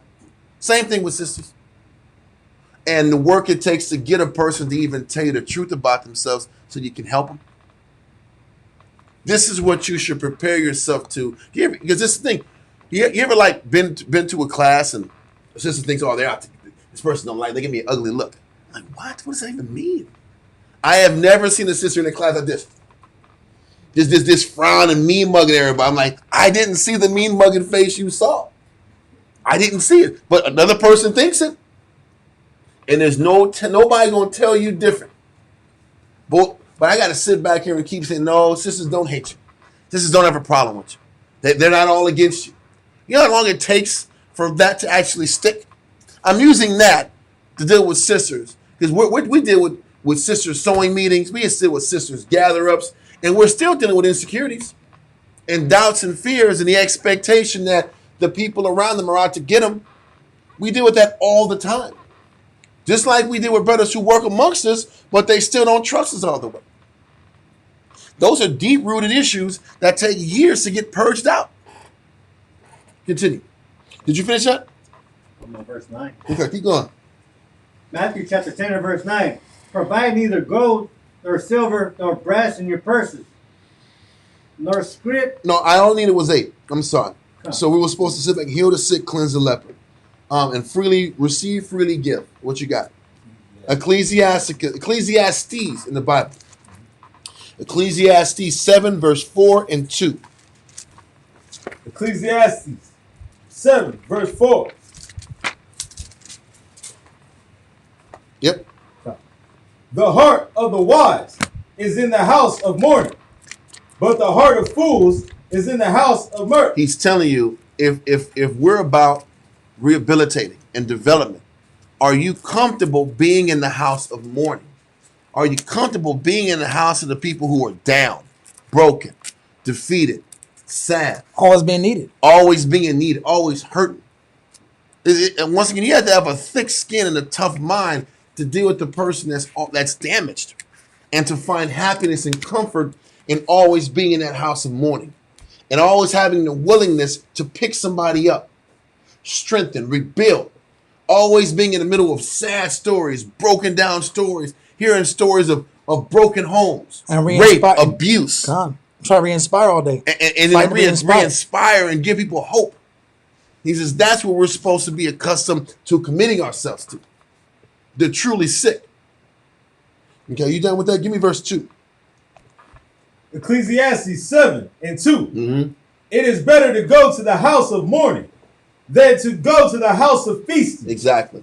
Read on. For that is the end of all men, and the living will lay it to his heart. Okay, so we're going to let that go and go to Jeremiah chapter 8 and verse 22.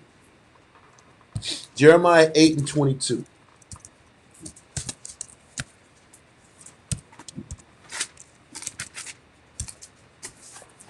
So you're saying I gotta condition myself to be around people and allow them to expose themselves, and then I had to condition myself to keep extending and giving a spirit what it needs. And this is still about the prepping our minds to dealing with the sickness. Okay. The prepping our minds to, are you willing to deal with being in the house of mourning, being in the spirit of people that are down, sad, dejected, deficient?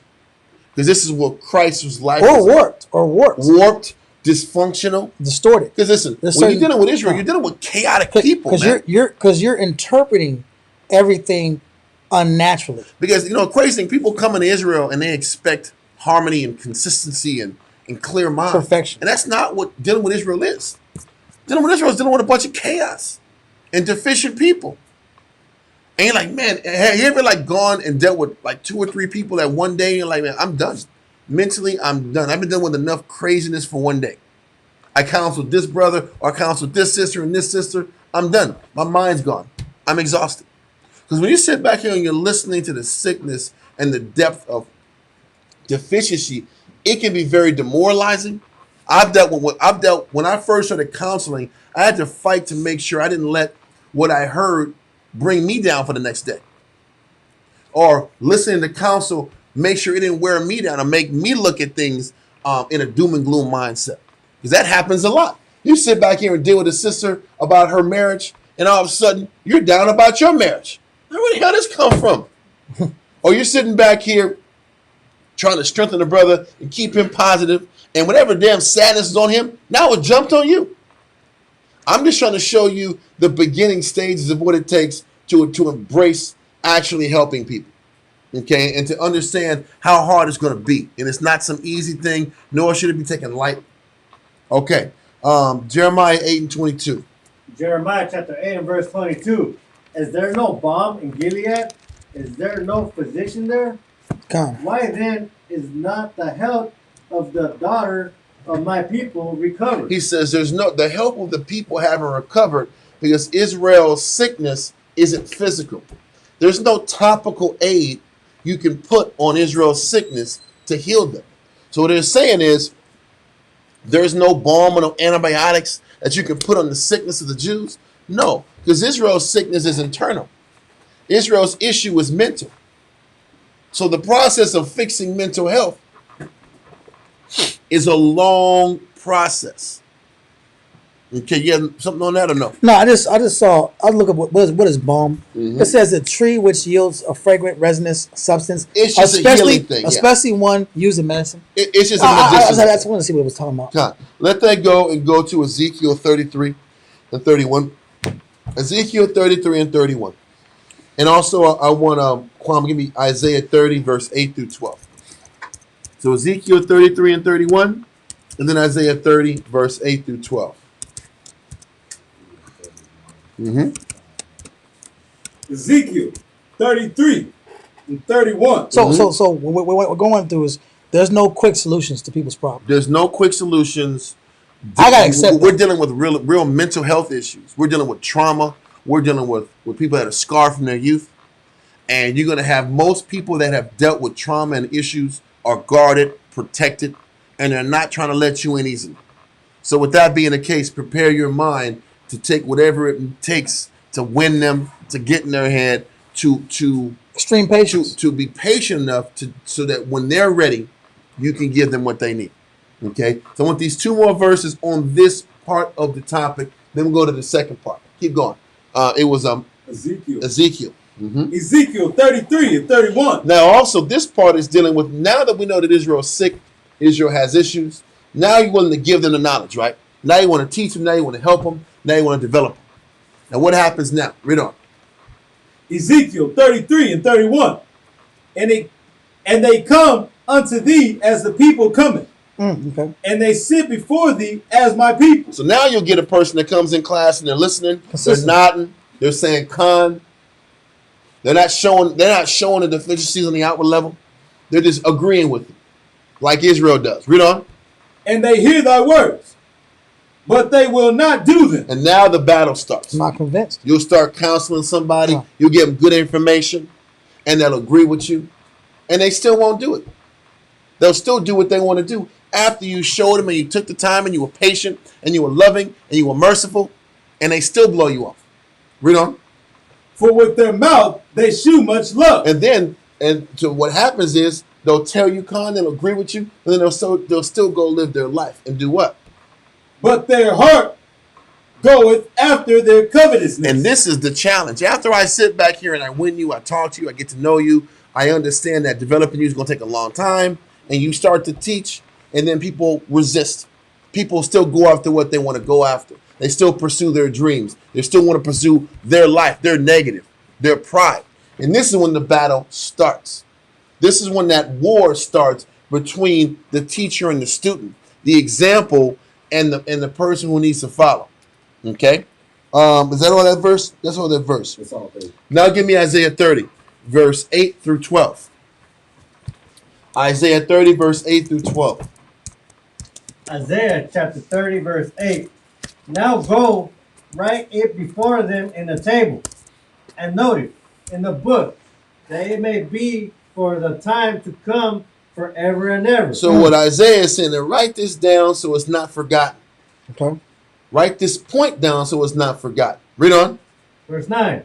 That this is a rebellious people. Once again, in the process of us understanding that we want to help people, in the process of us wanting to help and develop, we have to know that we're coming against some rebellious ass people. Once we know that we're in it for the long run, and then this is a long process it takes to develop people and put the sinews on and put the breath of life into people, all that good stuff in Ezekiel. Once we know that, then we realize Israel is wicked. They're rebellious as hell. Now, once you start teaching and developing, you realize Israel doesn't listen. They do what they want to do. Yes. Because 9 times out of 10, the biblical medicine I give someone is not going to be what they want to hear. Exactly. And that's the hard part. When you tell somebody something that they don't want to hear, but they have a problem. The problem is real, and they want to answer. But they don't want the answer that you give them. And here you go. I got the medication for you. It's this chapter, it's this verse, it's this approach, it's this way, it's this experience, it's this decision. Here you go. Well, that's not the answer. They wanted an easier answer. Yeah. Israel wants, it's going to tell you. Keep going. Lying children. He says, Israel, they're rebellious and they're liars. So one of the first things you're going to face is people are always in denial when it comes to what's really inside of them. And if you want to rehabilitate and you want to develop, you want to teach, you have to get through the lies. You have to get through the lies that a person tells himself to justify their existence. Because how does a person continue to go through life failing, messing up, things not working out, and they're still there? Most time people have to lie. They have to BS themselves. They got to do whatever they got to do to justify their negative existence. So when you're in the process of developing somebody, trying to teach somebody, trying to help somebody, the first thing you have to do is start getting people to stop lying, or at least trying to identify the fact that they are lying. What I do when I'm developing somebody, the first thing I got to do after I've understood the battle and all that stuff, I got to get you to see that you're full of crap. If I can't get you to see that you're full of crap, we can't go any further. Because unless you can accept and own up to your issues, how can we work to move forward? And when we say lies, we're talking about self-deceptive inborn excuses. To be clear, because a lie normally comes in our realm in the form of an excuse or blame. So any kind of blame that deflects the responsibility, any kind of excuse that is the reason that makes me not have to see me. That's normally you're going through layers, and I don't know how long the layers can be. Sometimes it can be years. You're peeling onions of excuses. You're peeling layers of an onion of excuses why people are the way they are. Because to really get to the root of somebody, I got to get you to see you, and I got to get you to be accountable. And it takes years sometimes to get somebody to accept that it's their fault. It's me. I'm in this condition because of me. Yes, sis. She keeps on tripping, huh?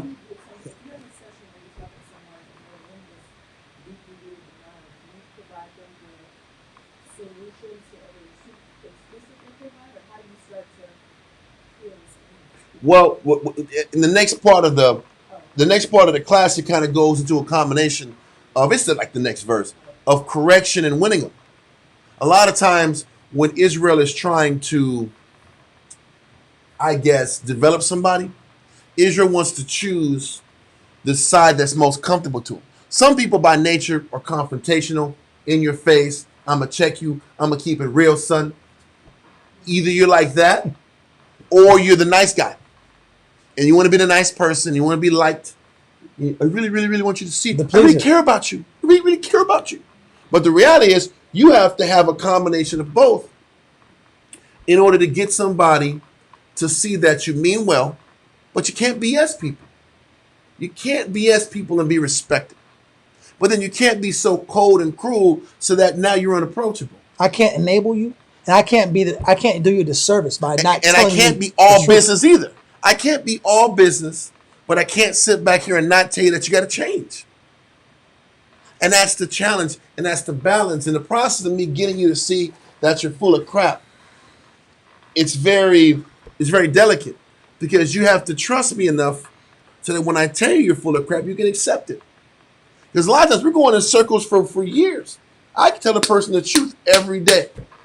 But listen, the Most High talks about us like we're children, right? If you have a young child and doesn't want to eat their Gerber baby food, and it's that nasty like that peas and carrots, it looks nasty, like green, and it's like, and you're trying to feel like, So what do you gotta do? You gotta sit back and distract him and make it like it's an airplane, and that might not even work.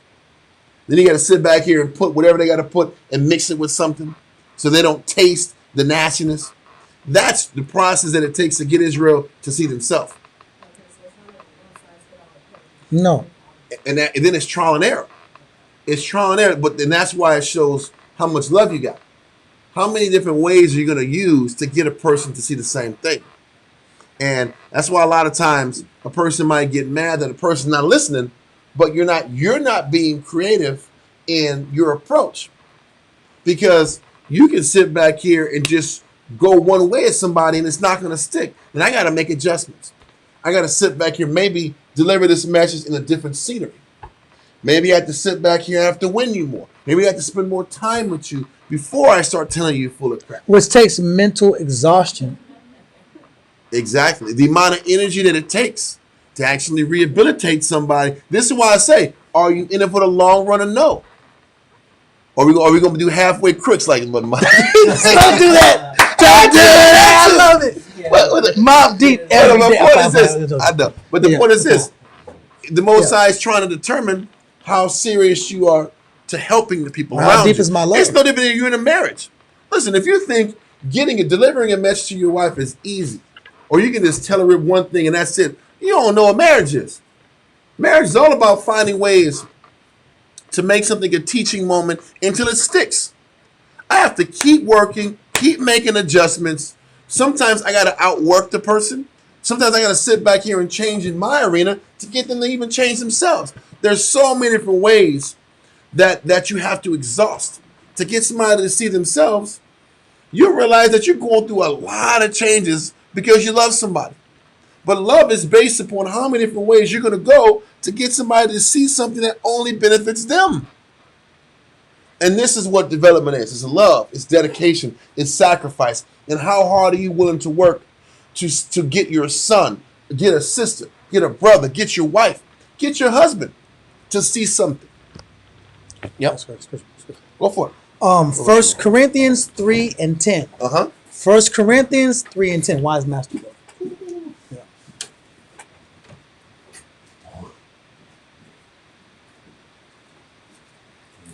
Yeah. Anybody can read. It's cool. Corinthians 3:10. Yeah, 1 Corinthians 3:10.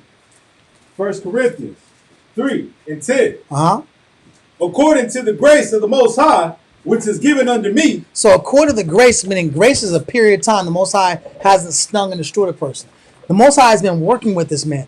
No different than we as developers, as teachers, guides, husbands, wives, sisters and brothers have had a grace period with the Most High to give us the opportunity to learn the skill sets necessary to help and build a spirit. According to the grace of God, which is given to me, read, as a what? As a wise master builder. As a wise master builder. So to be a master builder, you have to not be a master first. You have to start in the process of a journeyman. So in any kind of occupation, you go and you do a work study program, you study, and then you start to mimic and watch the person next to you, and you have to go through the process of following, just like the disciples. They had to follow Christ, and then Christ left.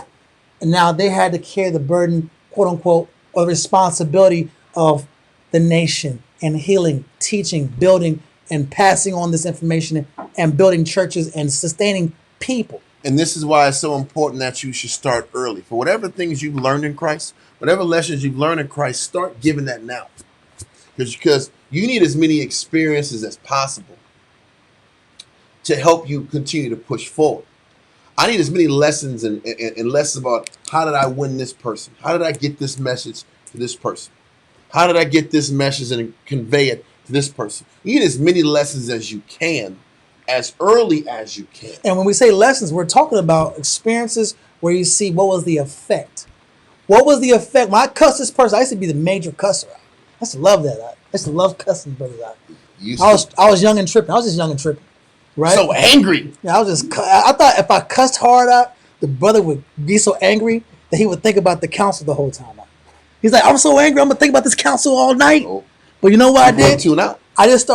Brothers started just like, I didn't know what he was talking about.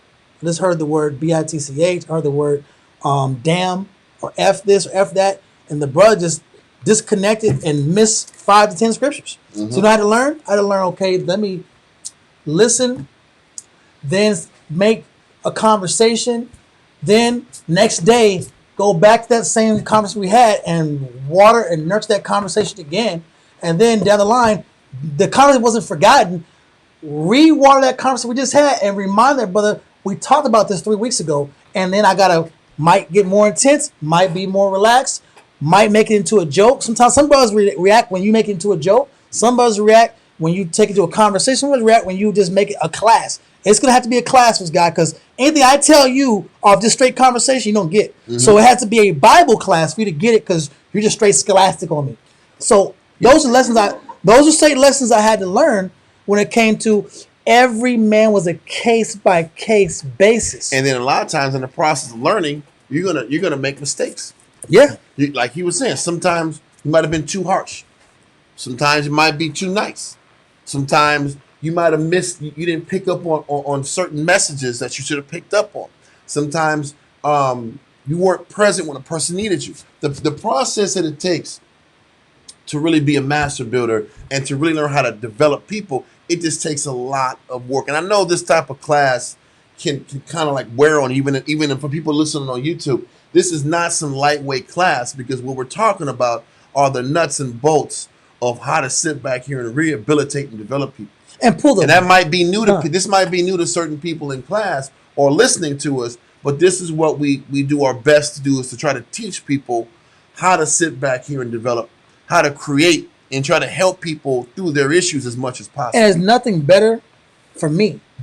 It's nothing better when you see a brother that went from that ultra dependent state to now he can stand on his own 2 feet up, and he can be mentally consistent for at least a week to 2 weeks. And he can use the scriptures you gave him and his own scriptures to keep him stable enough in his mind to be logical, to be clear, and to make wise moves, and to be somewhat self-sustained. And that is beautiful. That's what we do this for, to help our people be independent biblically and self-sustained. But the point is, it takes a lot of failures and a lot of mistakes, and you beat yourself up at night. And it takes mentors. And that was my next point. And I have to, as a sister, the sisters have to communicate about what they see in the spirit and what was their approach. They have to come together as a body. It takes a village to do what? Raise a child. So a lot of times my approaches come from communicating with people that are more skillful, have more time. Yeah. And you know what? That will reflect when I'm giving to a newer spirit. The things I've pulled from people around me that have been effective. You'll be surprised how many people that I've dealt with years ago, I'll see a new person and they'll remind me of the person that I encountered 10 years ago, 5 years ago, 7 years ago. Every person you deal with now, you're going to see a spirit that's similar down the line. So take as much time as you possibly can to learn now, ask as many questions, and keep working on extending. Don't be afraid to make a mistake. Don't be afraid to reach out. Okay, because we still have to trust, if our intentions are pure, then you know what? We're all here to work and experiment on each other. I used to tell young officers that, hey, you know what? The young officer is going to make mistakes. He's going to yell. He's going to be kind of off the chain, but how else is he going to learn? We're all guinea pigs towards each other. We're all here so that the other person can learn how to be a better brother, a better sister, a better person. So let's not run from that need. We all need each other. The teacher needs the student needs the teacher. We're all dependent on each other. And when you become dependent on each other, you actually learn how to show more love and help on a higher level. It's one point. Read on the scripture. I'm done. Okay. Read on. After wise master builder. Read from the top. 1 Corinthians 3:10 from the top. According to the grace of the Most High, which is given unto me. I had a period of time for me to go through my experiences. That's why it's so important that I have to feel what this person's feeling. I got to feel what it feels like to be chastised or to be criticized. I have to feel what they're feeling and be in their shoes so I don't be an overboard person. Read. As a wise master builder. Meaning I'm skillful and I have experiences that I can use to benefit a person's spirit and have a positive effect on my nation. Read, to build their spirit, build their confidence, self-esteem, their clarity. Read. I have laid the foundation, and another buildeth thereon. What's the foundation? You're giving someone a structure that they can live their life on. You're teaching them how to make decisions. You're teaching them how to deal with their marriage. You're teaching them how to keep themselves from how they can overcome depression in different ways, in different crazy mindsets that people deal with on a consistent basis. So you're laying a foundation, but what's going to happen? Read on. But let every man take heed how he buildeth up thereupon. I can't be cavalier. I can't be, you know, in a sense, this is not. I have to understand that this is a person's soul and their conscience is a delicate thing. I have to understand how delicate somebody's life is, and I can't scar somebody's experience in Christ. So I have to be very. For me, I always had a fear. I'm making sure I don't do my job wrong. I'm making sure that I don't sit here and scar a person in Christ. So I'm always reporting, hey, this is the conversation I had out. This is why I did that. This is how I talk. This is the reaction I saw. What do you think? So what Daliat is saying is, in the midst of you dealing with the spirit, and you're counseling, whether it's a son, a daughter, a brother, a sister, after the interaction, calling somebody that has experience to make sure that what was done was done correctly. That's super important. When you deal with the brother, deal with the sister, counsel somebody who understands how to develop so they can let you know, hey, soften up on this, turn up on this, be more considerate about this on this end. That's just how you learn also. How you feel about this Having approach, a Al? counselor to sit back here and navigate through the better strategies it takes to actually help somebody. Is what I'm saying, or what we're saying making sense, or is it kind of like we're speaking Greek here? Okay, I just want to make sure. It's the reason why we're fighting for our families. Yep. We're fighting for our marriages long term. We're fighting for brotherhood relationships that I wish this brother. Remember, I wish I could take it back out. You know, I was very, I guess, immature, and the brother had insecurity, and I was immature, and because I was strong in what I was strong in, I thought he should be strong in that. I was gonna push it. You're gonna be Officer 50 no matter what. I don't give a damn. You're gonna be Officer 50 in 3 months, and I'm gonna sit here and force this man to grow at a pace that he wasn't ready for. Yep. But because I was immature, I had all the good intentions, and then you're crushing a person's spirit because I have a desire.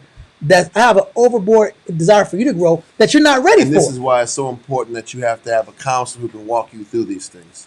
I want to keep going. There's only so much time left. Keep going. All right, the point I'm trying to establish is, and that's why you have to have a line of communication when you're in the process of helping somebody. That way you make sure that your thinking's balanced. Because we all have, you know, it's a person you don't understand. It's a person that you haven't perfected your approach with. Yep. That's it. So what we need to do now is show this second aspect. Once you understand that Israel's sick and understand the process that it takes actually to deal with the sick, the next aspect of how to develop somebody is to have a combination of correcting and winning your people. Yes, sir. Correction and winning.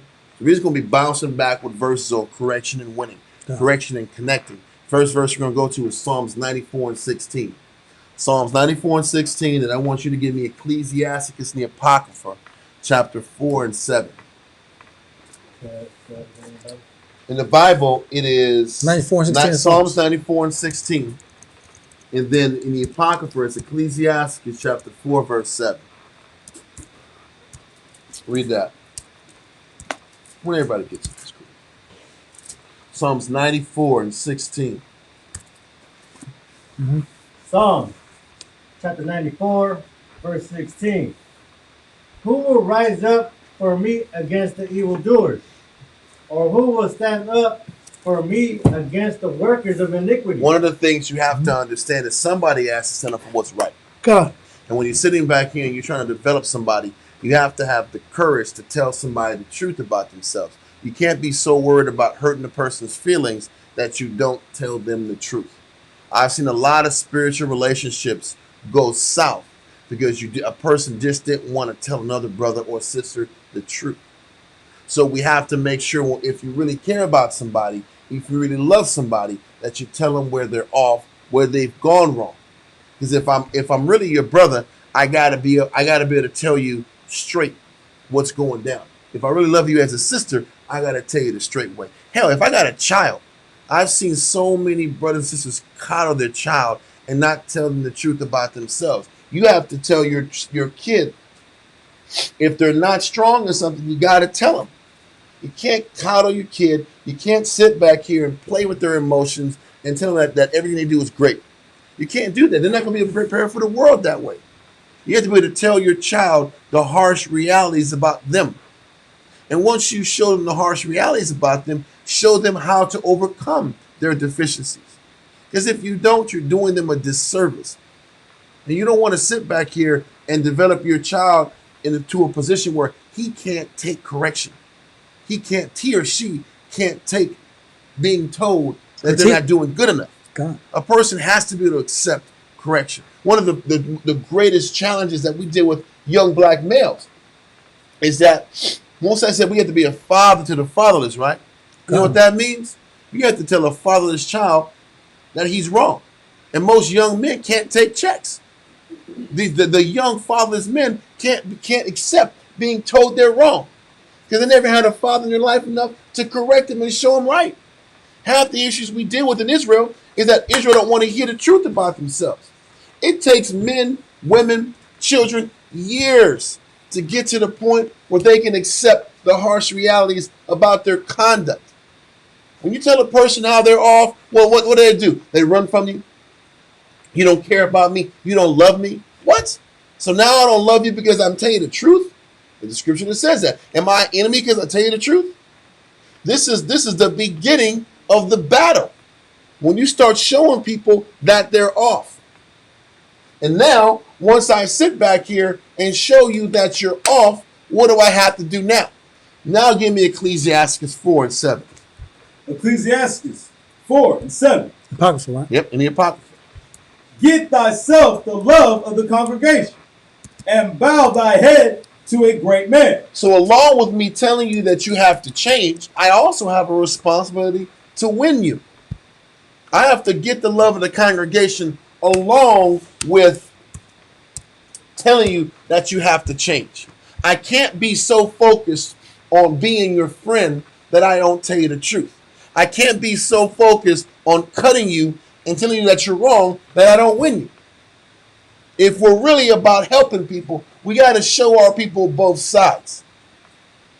We have to. It's imperative. The person's not going to grow unless you show them both sides. I got to check you, and then I got to immediately show you that I care.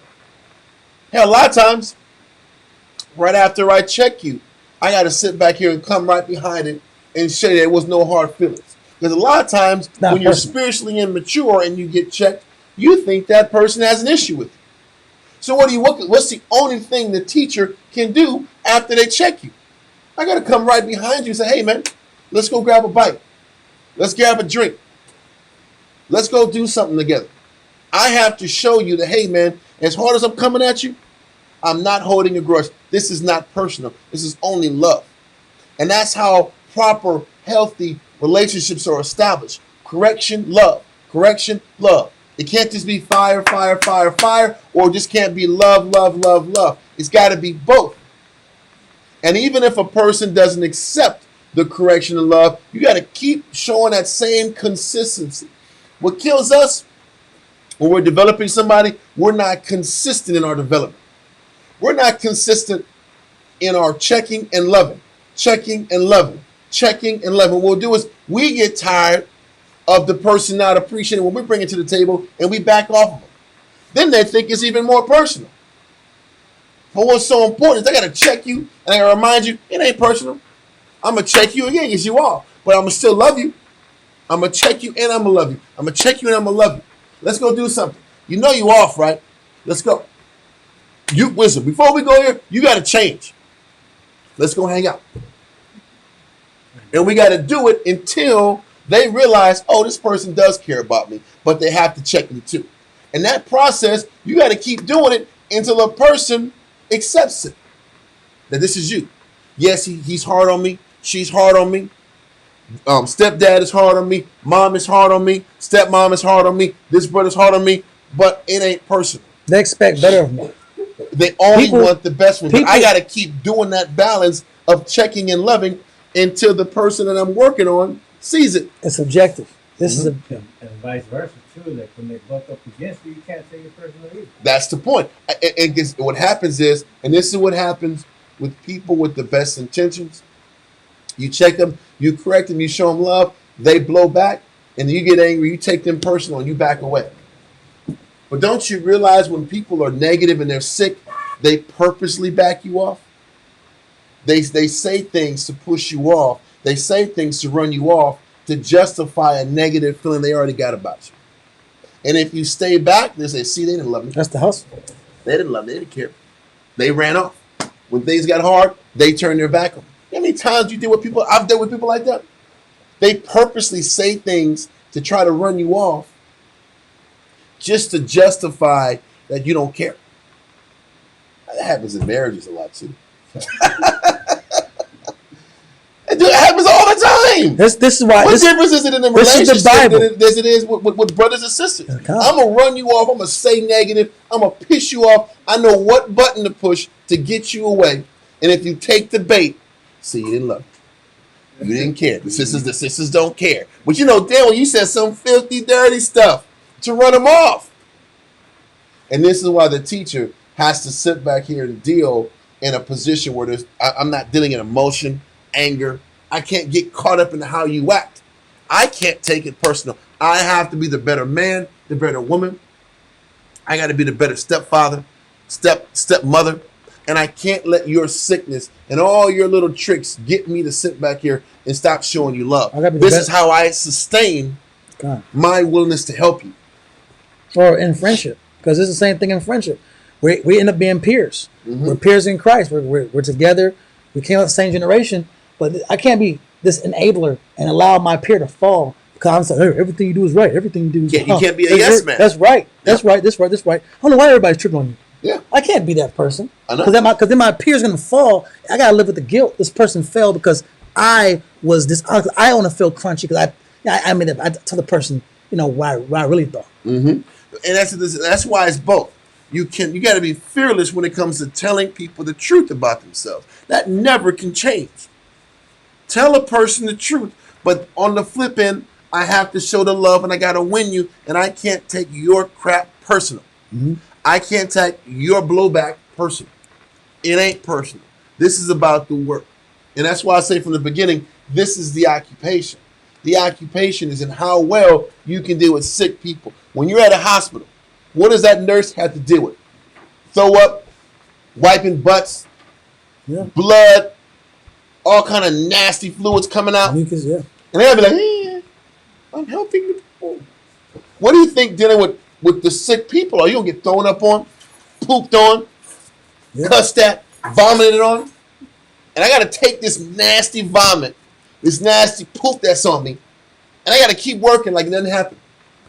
Because this is what the rehabilitation process is. The closer you get to the sick, you're going to get that sickness on you. And can I deal with it? Can I still show you love? Can I still work with you while telling you that you got to fix things? This is what's required to actually develop people. I know the class kind of started slow, and it might take a few days to get it finished, but this is the difficult job it takes to actually help somebody. This is the definition of help. This is hard damn work. What you going to say? Oh, I was going to say Ephesians 4:1. Okay. This on the point that you had brought up just now. Mm-hmm. Read it. Ephesians 4:1 is a good verse. Ephesians 4:1. Yeah. Somebody read, please. Ephesians chapter 4, verse 1. I therefore, the prisoner of the Lord. I therefore what? The prisoner of the Lord. Based on the grace period I got opportunity to get developed and get scriptures to get corrected and get developed. Now I'm indebted to return that information and knowledge and experience to my people. Because I have to heal the people. I can't be all take God. And no return. Read. I therefore, the prisoner of the Lord, beseech you. Beseech means to beg. I'm begging you. Paul said, I'm begging you. Read.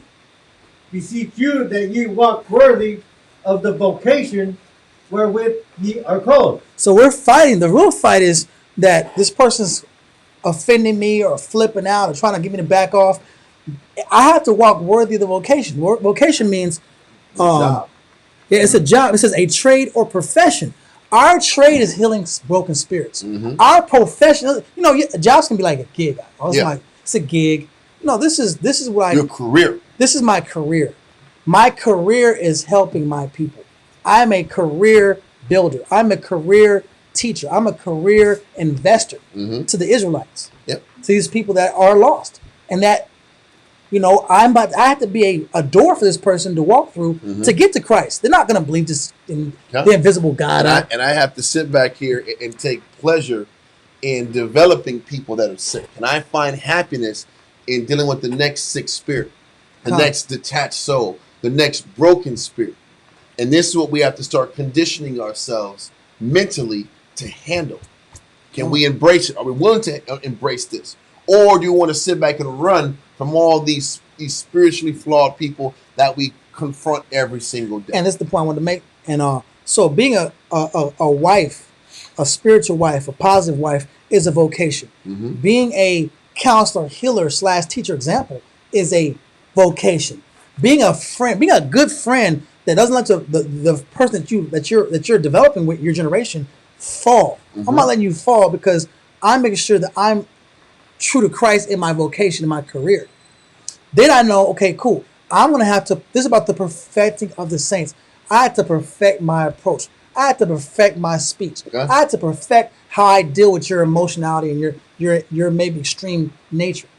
I had to perfect how I take people's words and do I sit here and use that as my reason to detach. Yeah.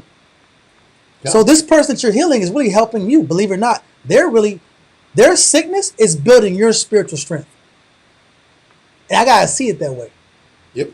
This person brought the worst out of me, and that made me have to go work on myself. I didn't know I was that impatient. I didn't know I was impatient. I didn't know I didn't have mercy. I didn't know I was that. I didn't know I took people that personal. Bro. Yep. I didn't know that person say ABC, and that would set me off. God. It was good for me to experience this because you know what? That made me better for the next person. Because sometimes we feel like if this person leaves my life or leaves the camp or leaves the truth, or they go back to church, they go back to the world, they go back to the drugs, they go back to living their course of life they had previous to truth, we think we lost. But all the experience you got, that made you better for the next person. Yeah.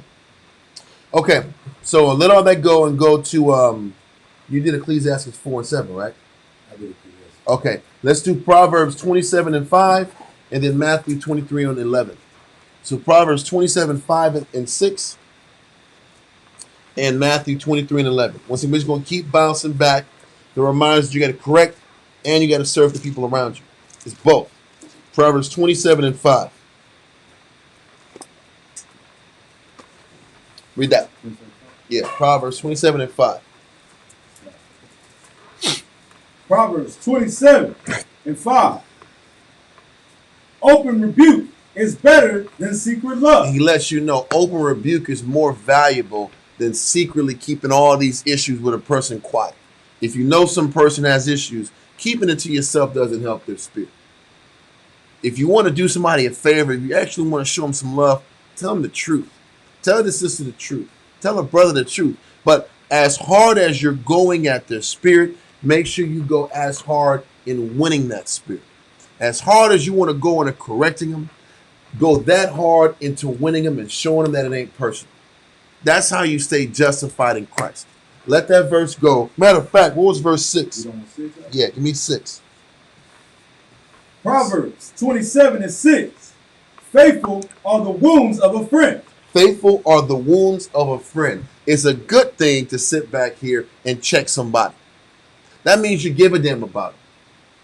You have to. You got to tell your wife the truth. You got to tell your kids the truth. You got to tell the brothers around you the truth. You got to tell sisters the truth. Don't get in the habit of lying to the people around you. This truth is about bringing things to the light, not functioning in darkness. So make sure it's about truth. Make sure these bonds and relationships you guys are having is about bonds in the truth. Let's not have bonds in not looking at your dirt weakness. as long as you don't look at my dirt. Because a lot of relationships are established that way. Don't look at my negative, I won't look at your negative. That's not how we should function. But on the flip side, whatever the correction we're doing, have I shown you love to? Have I been a brother? Have I been a sister? Have I been a good father, a good mother? Have I invested enough in you for you to be one? So I can be justified to tell you the truth. I've seen different brothers for years just make it a habit of telling people what they wanted to hear. And that was the greatest disservice you could do to somebody, is to BS you. To say, yeah, everything's good. You're cool. I'm going to tell you what you want to hear. That's how you do people wrong. When I just blow you up. Because you know what? It takes more love to be willing to argue with you than to pacify you. Because if I tell you what you want to hear, you're going to smile and move on your business. And I don't got to work. I don't got to do nothing. I can just agree with you and go live my life. That's hatred. But to have enough love to tell you that you got to change is what this is about. Along with putting the work of considering what you need. considering that, hey, you still need to be one as a brother or a sister. It has to happen on both ends. Let that verse go. I'm not worried about the kiss of the enemy. Keep going and give me Matthew 23 and 11. Matthew chapter 23 verse 11. But he that is great among you shall be your servant. He says the greatest, but he that is the greatest among you shall be your servant.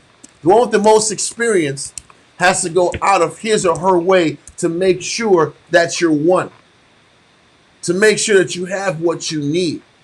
And this is how you're justified in being that corrector. Because you got to be that servant to whatever that spirit needs. If they need an ear, if they need somebody to talk to, vent to, are you willing to be that person for them so that when it's time for me to tell you, you got to change, I'm there for you.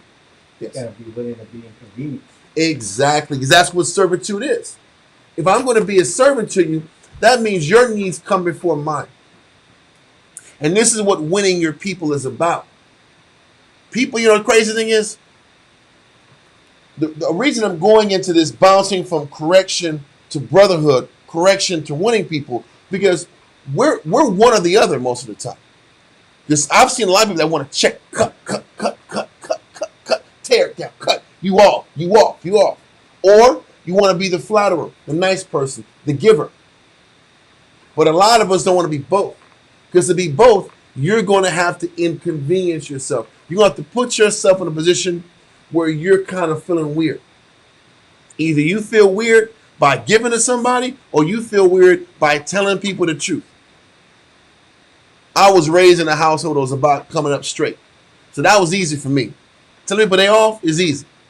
But having to sit back here and win and listen and come out of myself and put myself in another person's shoes was the work. That was the work for me. But what it did, it balanced me out. It made me more well-rounded. People still don't want to hear the truth.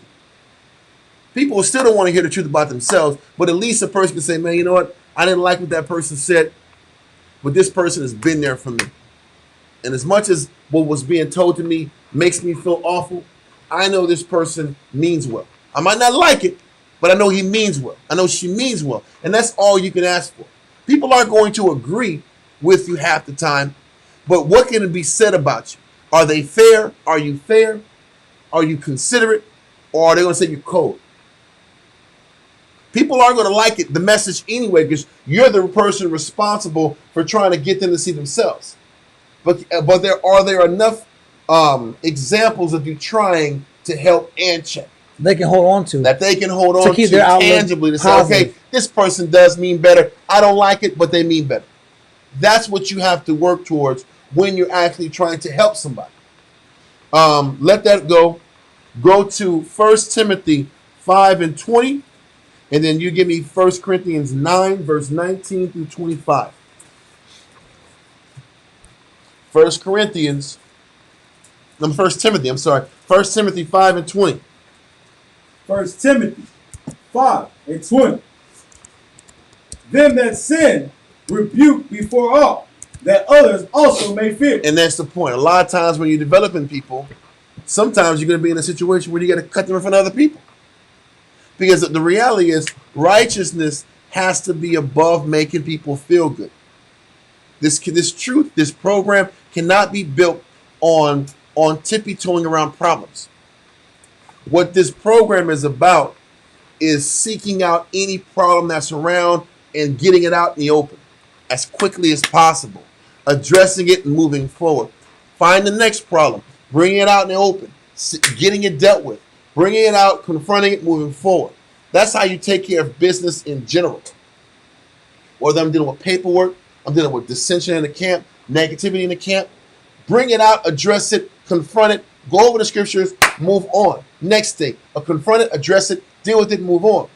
Running from issues, hiding from issues, you'll never fix it that way. So he says if the person sins, rebuke we all. Because the crazy thing is when I see one person sinning, more than likely other people are thinking it. Other folks are thinking that same negative. So dealing with it and addressing it helps nix it across the board. Once again, to operate a household that way, to deal with in transparency at that level, it requires having the ability to show love that openly as well. If you're going to build a house on being frank and honest and keeping things out in the open, you better make sure you have a house operating on love, outward affection, um, sitting back here and giving the person around you the shirt off your back.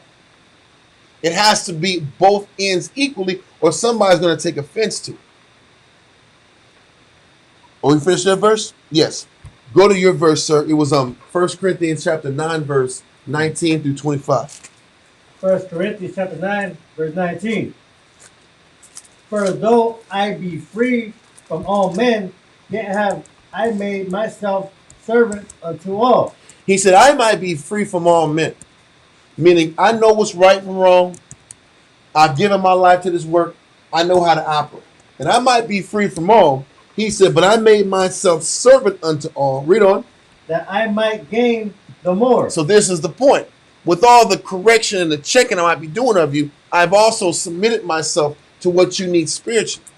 And because I've submitted myself to what you need spiritually, I'm justified to tell you the truth about yourself. Because of what I've given up for you. I've been a brother. I've been a good parent. I've been a listener. I've listened. I've given you what you need. Yeah. So now you got to hear the truth. And that's how you stay justified in Christ. But when you're sitting back here lacking in brotherhood or sisterhood, and then you start checking somebody, you know what? All they're going to say is, all you all are fired. It's just business. You don't care. You're just checking. And what can you say? Do as I say, not as I do. Okay, cool. But your message is going to be a hit and miss type situation.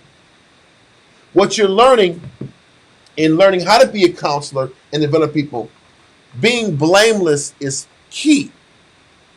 The more I'm blameless, the more the person I'm trying to help has to see themselves. If I'm full of flaws, if I'm full of mistakes, if I'm not consistent in what I'm doing, I'm giving another person fuel not to see them. So this is why if you're going to be the person that is the symbol of change, the symbol of I'm the person telling you right from wrong, I have to make sure my conduct is blameless enough to where now you can't see me, you got to look inward. And that's why it's important that it's the combination of fire, winning, selflessness. The better of an example I am, the quicker you're going to have to face you. And that's why it's so hard for that example has to be on point. The more you're on point, the easier it is for somebody to actually fight their battle. When you're full of flaw, all they're going to say is, see, why don't I got to focus on this one? You're not even on your zone. This is why it's so example that our example has to be top of the line. Correction and my presence has to be there. Read verse 19 again. 1 Corinthians chapter 9, verse 19. For though I be free from all men, yet have I made myself servant unto all, that I might gain the more. I have to serve the people around me so that I may win them. I got to serve you so I can gain you. I have to commit myself to what you need so you feel win. I gotta work hard enough to win you based on what you need, not what I think you need. And this is where the service comes in. I gotta be there for you based off how much you need from me, not with what I think you need from me. Read on. Verse 20.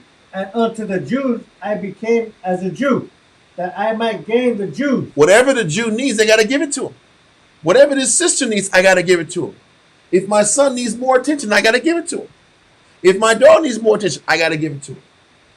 I got to be what the people around me need me to be. And that's where the service kicks in.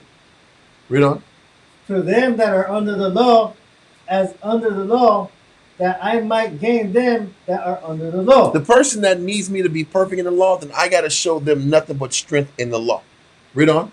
To them that are without law, as without law, being not without law to the Most High, but under the law to Christ, that I might gain them that are without law. You know what that means in verse 21? I have to be approachable to the one who has issues. I have to be approachable. Can I come off to the person who's about the law? I got to outwork. To the person who's got deficiencies, I have to be able to condescend to what you need, how you need it. I have to be approachable enough for you to feel comfortable in trusting me. Read on. Verse 22. the weak become I as weak, To the weak I became as weak. Read on. that I might gain the weak. So when it really boils down to it, I still have to be subject to giving you what you need based off what you need and how you need it. I have to be of service to you. It's not about what I want. I got to dedicate to you in the way you need me to dedicate to you. I have to be pliable. Whether it's a wife, whether it's a husband, whether it's a brother, whether it's a sister, whether it's a child, am I adaptable? Along with the fire and brimstone cutting and checking and correcting and laying down the law. We think about being Israelites, laying down the law, fire and brimstone, checking, cutting. But it's that and it's winning. Can I adapt to you? Can I be human to you? Can you sit back and see a real person when you see me? Can you trust me? Can you want to be with me? Can you want to follow me? Read on. I am made all things to all men, that I might by all means save some. I have to give you what you need in hopes to save you.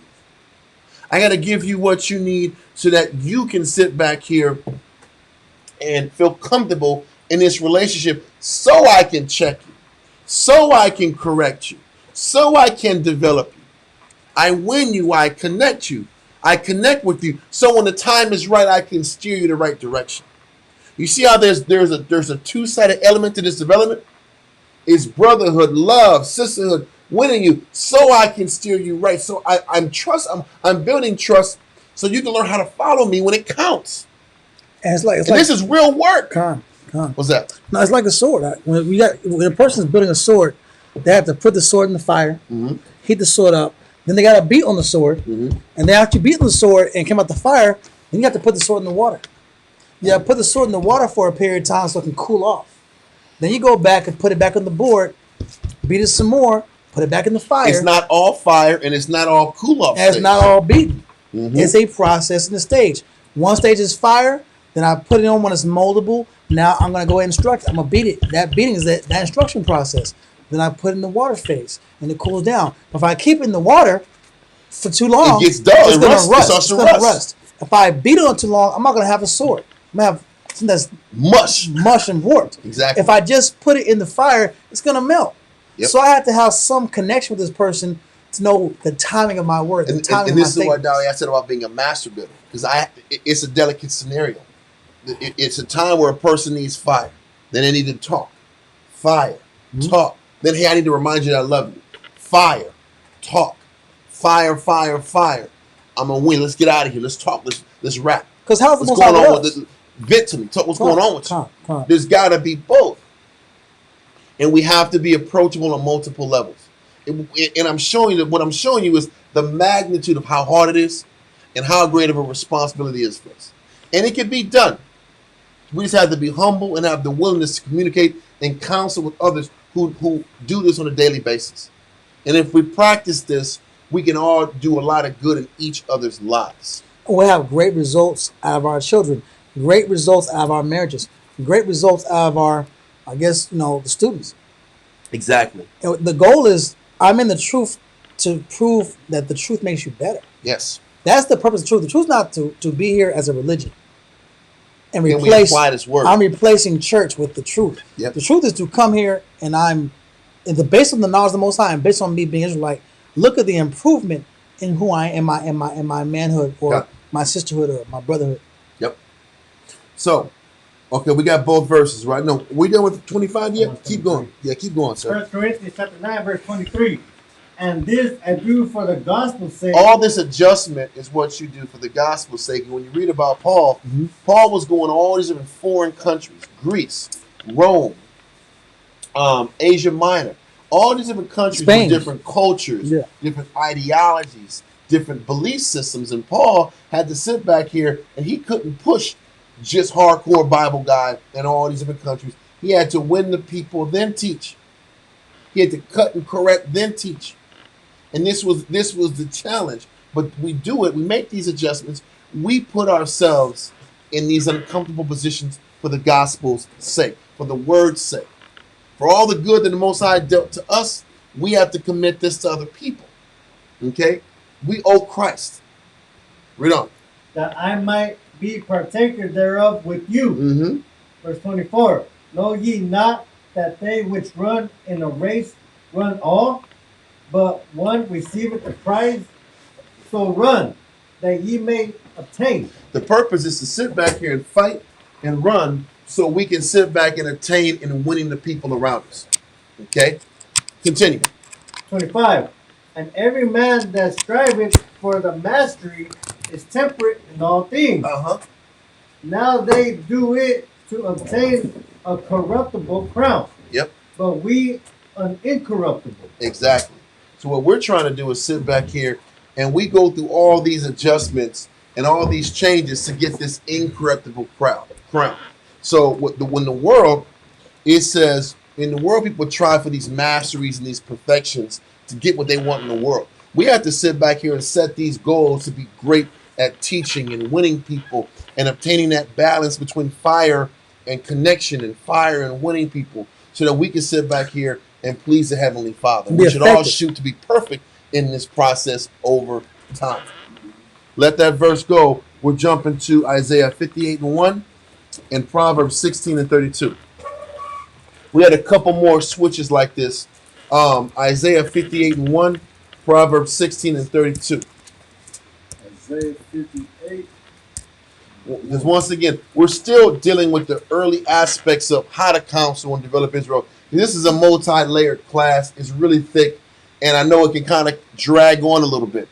But just be patient with us. We'll get to this, and we'll get a lot of information, hopefully, to edify everyone. Okay, give me Isaiah 58:1. Isaiah 58:1. Cry aloud, spare not. And this is why we can't be caught up in the sparing feelings.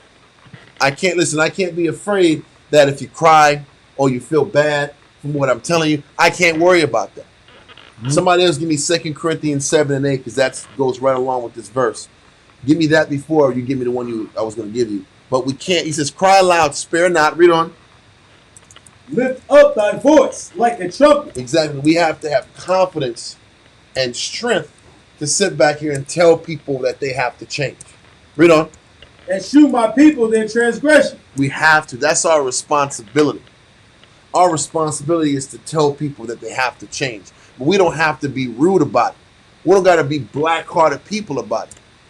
We have to be able to sit back here and tell them they got to change, but also put the work in to establish relationships and connections too. And recognize the growth when they are growing. Exactly. But once again, I have to have both. I have to have both elements in me if I'm going to sit back here and do this right. Let that go and give me 2 Corinthians 7. I think it's 7 and 8. Yes. 2 Corinthians chapter 7 verse 8. Yep. For though I made you sorry with the letter. A lot of times back in the day, the only way they were communicating from country to country is from letters. So what Paul was saying is, if I made you sorry from a letter, it means I heard some reports about what's going on in a certain city, and Paul would sit back here and check the people from a letter. He said, though I made you sorry from a letter, I made you feel bad, and I checked you in this letter. Read on. I do not repent. You're not supposed to feel bad for telling people the truth about themselves. Read on. Though I did repent, for I perceived that the same epistle has made you sorry, though it were but for a The season. thing is this, the only worry that Paul had was that the correction that he gave the people was only going to sit back here and temporarily make an adjustment and change. Read on. Verse 9. Now I rejoice, not that ye were made sorry, but that ye sorrowed to repentance. For ye were made sorry after a godly manner. So Paul's hope was to get people to feel bad about themselves enough to actually make a change internally. But you can't do that if I haven't built a relationship with the people I was dealing with. Paul sat back here and developed these people from the ground up. So he was in a position to sit back here and check them with the hopes that the correction will make them change permanently. It's still a give and take. I win you. I show you love. I develop you. But I check you. I check you and I show you love. I show you love and I check you. This is the process it takes. This is after they've been informed that they came from Moses, they came from Abraham, Isaac, and Jacob. We crossed the Red Sea. Yep. Then we went to the land of Israel. We inhabited Israel. And then we got kicked out by the nations, and now we're in Rome and Greece. And we're in different countries and different lands. Huh. This is after they've gotten the knowledge of that you come from Moses, you come from Abraham, Isaac, Jacob. Okay. You So know? once again, this is just the work it takes to actually win.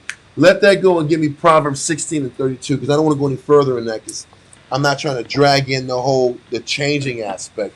It's just about the importance of correction and love. Correction and winning people. Correction and putting yourself in another person's shoes. This is the balance, the delicate balance it takes to win a soul.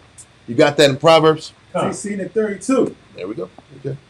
He that is slow to anger is better than the mighty. He said, him that is slow to anger is better than the mighty, because this is what it's going to take to actually help your people out. This is what it's going to actually take to reconcile people back to the Heavenly Father. Are you going to take people's issues personally, or am I going to be slow to taking it personal? Am I going to be slow to their anger? Can I give? Can I teach? Can I correct? Can I win you and not take how you react to me personally is going to determine how good I am at my job. Because a lot of times you'll see people that do good things, that show love, that show consideration, and when they get blowback on the negative side, then they don't want to give no more. You got a question, sis? I was going to ask if the mighty was talking about something spiritually strong. No, it's mighty in spirit. It's the mighty in spirit. It says, he that is, I'm sorry, hold on. He that is slow to anger is better than the mighty. It's the mighty physically. It is mighty physically, because he's showing you the person that can maintain their spirit, the person that can learn how not to take themselves personally and take the people around them personally, are truly the mighty ones. The mighty ones is based upon how you can maintain what's inside of you more than your physicality. Okay, read on. And he that ruleth his spirit, than he that taketh the city. Exactly. Because in order to do this job, you have to have control over your spirit. You have to have the ability to rule your spirit. You have to have the ability to maintain your outlook, your mindset, and not let the negativity of people around you change what you do for a living. I've seen a lot of Israelites, because they come across people that attack them and don't appreciate the good they do. I've seen a lot of Israel back off, give less, not be joyful in giving, and diminish because their good deeds weren't appreciated. And you can't let the good you do for people, even though whether they appreciate it or not, wear you down. And that's why it says ruling your spirit is more important than taking a city over. Can I maintain my spirit? Can I maintain the positivity? Can I maintain giving for free? Can I maintain showing love regardless of how people receive me and how they look at me? Can I keep giving and showing love regardless? Let that verse go. Jump to the point too. Also, yeah, I'm sorry. And also another point with that is, one spectrum is, being wounded for Christ's sake. I'm doing the work of Christ, or I'm helping. I have good intentions, and being targeted, or a person trying to offend you purposely, which is going to happen no matter what. It's the nature of what we do. Then the other element is when you have your own storms in life, you're going through your own scenarios, not allowing your storms and your tragedies in life spill over to your sheep. Yep. Not taking out, the boss was a jerk at my job, and now I'm coming home, and now the kids got to feel it. Yep. That's a real thing. I had to create a separation between my life, and then I cut my life off, and it's about the sheep. And then once the sheep are done, then I can go back to my life. But I can't let those realms bleed on each other. Yep. That's it. You know what we're gonna do? We're gonna do a couple more verses. Romans 12. Yeah. Romans 12, verse 16 through 18. Romans 12, verse 16 through 18. It's gonna be a long class, bro. We did. Yeah, it's gonna be a long class. This is a marathon, bro. We're just getting started. Romans 12, verse 16. Romans 12 and 16. Be of the same mind one toward another. Mind not high things. I can't get caught up into I can't control it. things I can't control. Yeah. I can't get caught up into my life when I'm dealing with the service of others. Read on. But condescend to men of low estate. Our job is to condescend to people who are of lower levels than me. When I mean lower levels, sicknesses, issues that they have, issues that I've overcome, but they haven't. I have to sit back and condescend and give myself to what the people that are having problems with their issues are. That has to be more important than the things that I view as important. It says mind not high things. You know what a high thing is? Whatever I got going on in my life. Whatever issues I got going on in my life. Well, the only thing I can sit back here and give myself to is other people and their issues. That has to be more important than what I value as important. Read on. Be not wise in your own conceit. And he says, be not wise in your own conceit. I can't get so caught up in my wisdom that I can't be a better servant for the next person. Read on. 17. Recompense to no man evil for evil. So I can't sit back here if I'm condescending to you and you don't appreciate it and you attack me for, because the thing is this, the more you deal with sick people, they're going to attack you for going at their sickness. And I can't recompense evil for evil. If you're sick and you vomit on me, I can't get mad that you vomit on me. This is part of the business. If I'm around sick people, I'm going to get blamed. I'm going to get attacked for trying to do good. Read on. Provide things honest in the sight of all men. I have to be honest. I have to be straight up. And I have to show a pattern of being consistent. My consistent actions go to bat for me. That justifies me. My works justify me. Read on. If it be possible, as much as lieth in you, live peaceably with all men. You have to bust your tail to make sure you're at peace with everybody. And I can see everybody around me in a positive, pure outlook. Regardless of how sick they are, regardless of what the interactions are, I have to fight to stay at peace with all men. That's a responsibility for all of us. Last verse. I got You got a verse? I got a You verse. go for it. The Go same ahead, I'm point. gonna come right back. 2 Timothy 2 and verse 25. 2 Timothy 2. Yeah, chapter 2, verse 25 and 26. 2 Timothy chapter 2, verse 25 and 26. 2 Timothy 2:25. In meekness, instructing those that oppose themselves. So Perfect. I'm living peaceably with all men. To live peaceably, I have to do what? Have the spirit of meekness. When I'm instructing a person, I'm meek enough to take in. Meekness means to endure injury without what? Resentment. Without resentment. Meaning not taking people, younger spirits, inexperienced spirits, even if they're older, inexperienced biblically, not taking them personal. Because this is their thorn in the flesh, or this is their weakness, or their lack of ability to understand in that arena. Read. Instructing those that oppose them what? Themselves. That oppose who? Themselves. They're not hurting me. If you don't listen, who are you hurting? Yourself. If you don't follow counsel, who you hurting? Yourself. If you sit here and go opposite of what you were told because you think that, well, I don't have to listen to you, cool. Who are you opposing? Yourself. Yourself. Read on. If the Most High, peradventure, will give them repentance to the acknowledging of the truth. The Most High has to allow you to see the truth. So a lot of times people just don't see the truth because the Most High has to allow you to see the truth. You're putting the scriptures and you're counseling, you're touching people's spirit, but the Most High is the one that opens your eyes. He's the one that moves those shells off. I'm not the shell remover. Christ removes the shells from your eyes or the scales from your eyes. It's just I have to be patient enough to allow God to keep working with you in combination with my counsel. It's not just a one-person thing. You know, remember when Christ was being sacrificed on the cross, and he said, "Forgive them, for they know not what they do." The mindset was, they are hurting me, they're slandering me, they're attacking me, but they don't understand the magnitude of their sickness. That's what this scripture is saying. In meekness, instructing those that oppose themselves. So if I'm dealing with a sick person, they're negative, they're taking their frustration out on me, I have to remind myself that they're opposing themselves with their conduct. It's not about them attacking me. Their actions are destroying themselves. What does that do? That takes me out of a retaliatory mindset. It takes me out of a railing for railing mindset. When I have to remind myself their sickness is really hurting them. It's not about the words they're saying to me. It's not about how they're acting towards me.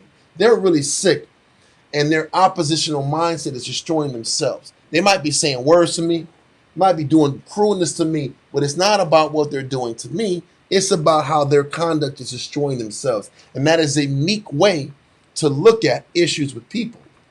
I have to do everything in my power to not take what you do to me personal. He that despiseth not man but the Most High. So when a person is showing negative towards me, they're really showing a negative towards the Most High.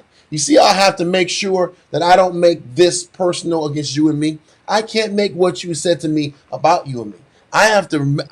In order for me to continue to work with you, I have to look at you as you're the sick one. You have the issues. I have to look past the fact that you said some off stuff to me and it was out of pocket. If I focus on how out of pocket you are to me, then guess what? I'm not going to work with you tomorrow. Because people are sitting against themselves. Exactly. Read on. And that they may recover themselves out of the snare of the devil. Because the hope is that they may recover them. May doesn't mean it's going to be. It's not guaranteed. They may be delivered out of sin of the devil if I don't get in the way. Yeah. If I don't get in the way of your rehabilitation, Facts. it might work. But sometimes if I get caught up into what you say, if I take you personal, I get in the way of your growth. It's bad.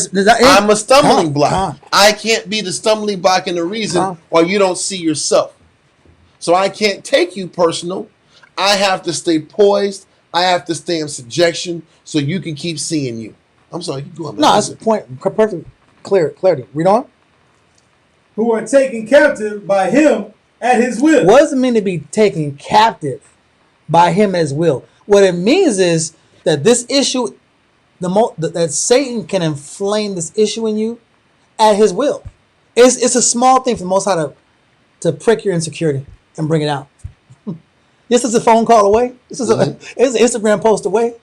It's a Facebook post away. It is. Oh, you go through the past just hit. Yep. It's a small thing for Satan to create a situation in your environment to bring out some fear you got and make you look at the fear and make you. This is the reason why I don't give myself to people.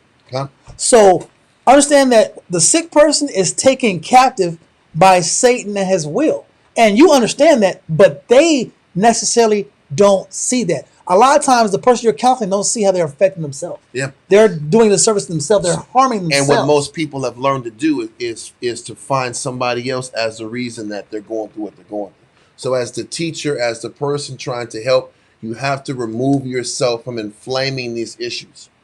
Remove yourself from the blame, so it's easier for a person to see themselves. And this is what the act of being meek. Enduring injury without resentment. Because if I get resentful from how you dealt with me, this is going to constantly be this back and forth attack between me and you, and it's not about you getting fixed. Because if it's really about you getting fixed, then it can't be about me then. I'm here to fix you. Yeah. So let me remove myself from the equation so you can get help. Does that make sense? Come. And that's why we say keep that line of communication open, because in the midst of dealing with someone, you're gonna take a little damage. I mean, A lot of damage. I ain't gonna lie. I was just trying to be nice, man. Come on, bro. I was just trying to be. If you're a husband trying to work on with a wife, what husbands don't realize is they're going to be collateral damage. If your wife is going through problems, who's the only person she can talk to? But the talking isn't talking. It's you're a bad guy. You're a very, very bad guy. And I'm not saying it in this nice tone. Very bad guy. And can I absorb being told that I'm a very bad guy and not retort with negative back? Can I sit back and absorb it? Because listen, the truth is, somebody got to be the mature one. Somebody has to absorb the negative so that a person can get it off their chest, and now we can work on the problem. Whether it's a child, whether it's a sister, somebody has got to sit back here and eat it so we can get to the real problem. You know how many problems have been like ignored because you can't get past the argument and the offense? There's issues that got to be addressed. We keep arguing about something that pissed the other person off, and we never get to the real problem.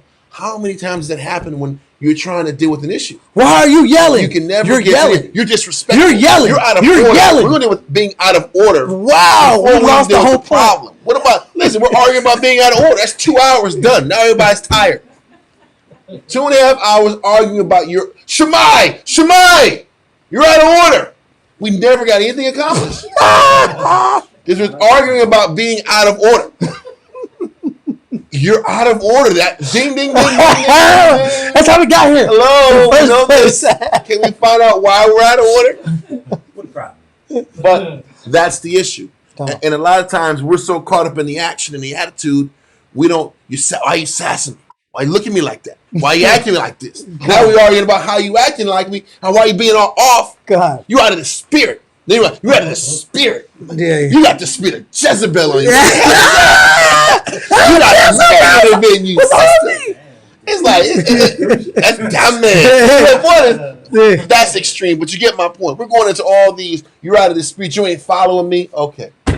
What does that mean? Maybe, but what does that mean? What does Let's that get mean? to the real issues. But a lot of times, we have to have a thick skin and get past all this surface stuff so we can actually deal with the same issue. Like even with sisters, you can't get past the attitude to get to the real issues. She gave me a jacked up look. People give you give your husband jacked up looks every day, B. Every day. That's why you recognize it. That's why you can recognize it. I know what you're thinking. You think what I'm thinking. What does that got to do with actual rehabilitation? And that's where the meekness kicks in. I have to be able to endure the injury so I can get to the core of the problem. And then, listen, we're kind of tapping into next class, but it's really about where we're at now. I'm trying to stay in the moment.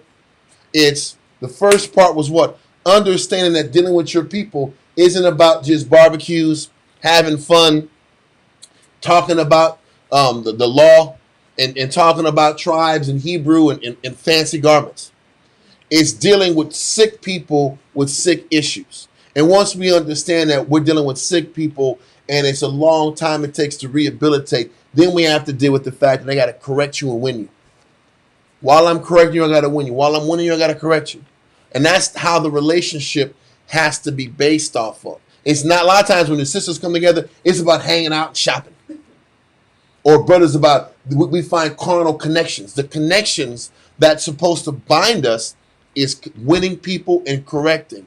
Winning people and correcting. And if that's not how the relationship is built, it's already unhealthy. Because a lot of times people are connecting based off carnal connections and not this desire to grow spiritually. And if we focused on, hey, we're going to build each other in Christ, we're going to win each other, and we're going to build our relationship and friendship off correction, now you're getting something out of this. But I've seen a lot of sisters don't want to be a part of this because nobody wants to be checked.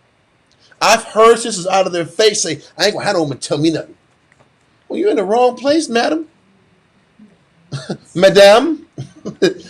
Quite frankly, my dear, I don't give a damn. Get out of here. Go. This ain't the place for you. You're an old 50s, quite frankly, my dear. Like, listen, this isn't for you. If you don't want to sit back here and embrace correction and other sisters push you to strength, then you shouldn't be here. Because this is what it's about. Brothers should be based upon building bonds in righteousness and correction. Strength. Sisters should be building bonds off of how to sit back and strengthen each other when they're down. How to keep people pushing and giving in strength. That's what this is for. That's what these bonds are for. But a lot of times we miss the boat on what this is about in the first. This ain't a girls' club. This ain't a boys' club. We're going to play games and we're going to party, have fun, and we're going to sit back here and do nails and do toenails. And we're going to hang out and watch soaps. Or what are those telenovas? Yeah, telenovelas. It's not about sitting here watching telenovelas, man. De Guadalupe.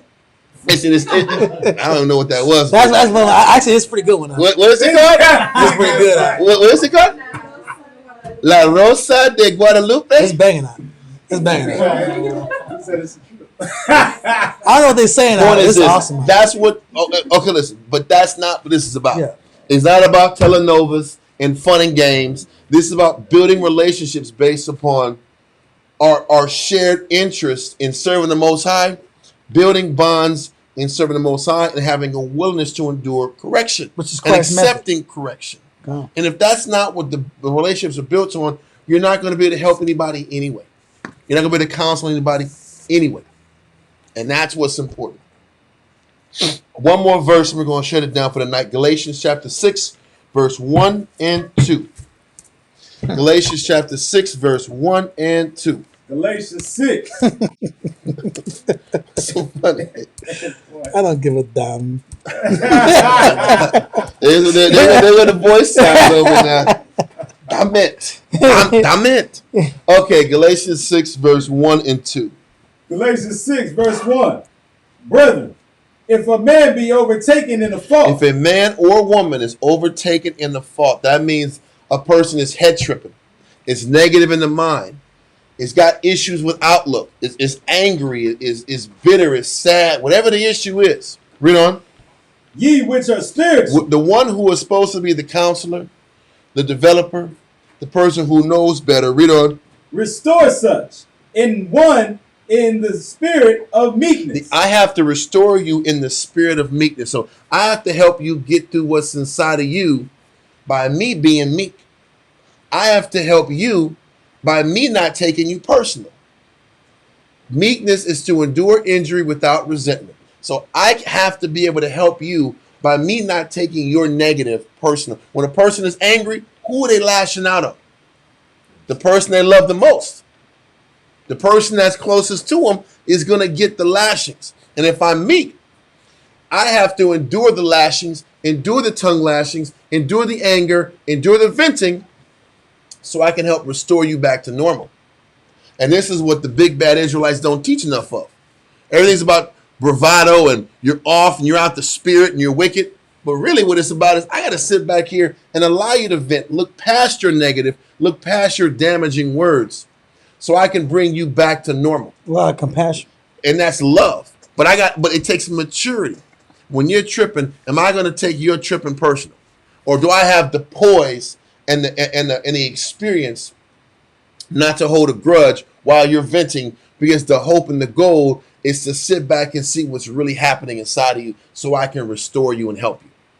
But you're going to deal with these situations not just in the husband and wife scenario, but with brothers and with sisters amongst sisters and with children. So even though there's going to be some ass whipping first, yeah. Then we're going to sit back here and understand why, Timmy. Why, Timmy, are you not listening after I whipped your ass? Let's talk about this. Because let's get the understanding. Because you're pulling spirits off of people. Exactly. These the crying is a spirit, the venting is a spirit, the rage is a spirit, the closing, slamming doors and disappearing is a spirit. And I'm gonna say this with the older kids, you can't just be sitting back here boxing. That's not gonna work. You can't be chest popping. You can't be chest popping all day. But listen, I got a bad hip. I can't be going to war. But my old ass kids, they got some big damn linebacker kids. Yeah. That's business decisions. Point is, when you got older kids, you have to still sit back here and counsel and let them vent, and so we can get to the bottom of things. That's the point. And if we're really about love and development, I have to be mature enough to not let your sickness make me get retaliatory. It can't be railing for railing. Yeah. You said this, I say this. You say this, I say this. That's not going to get anything accomplished. I had to be blameless. I had to be meek so you can get whatever's out of your chest off of your chest, and then you can start looking back at you, because the goal is to get you to see you. And I have to be as blameless as possible to get you to start fighting your battles again. And that's what working on being mature is all about in Christ, and developing people is about. How much can you take and endure so somebody can start working on themselves? How else can I help you get better? I have to be the messenger. I have to correct you. I have to win you, and I have to not take you personally. You see how much work it takes to develop somebody? And it's a one-sided thing. I got to tell you full of crap. I got to win you, and the next part of the class goes into how I have to endure injury without taking you personally. And this is just the beginning of the class, but I'm going to let it go there. I think we've kind of driven the point down. Yeah. This is part one. Are there any questions? Done. All right. We'll probably do a part two on Monday. Shem Shawan got Wednesday, but Thawada for checking in, Thawada for listening, and YouTube world, Zoom world. Shalom, everybody, and I will see you guys on Wednesday. Shalom. Shalom. Salamander.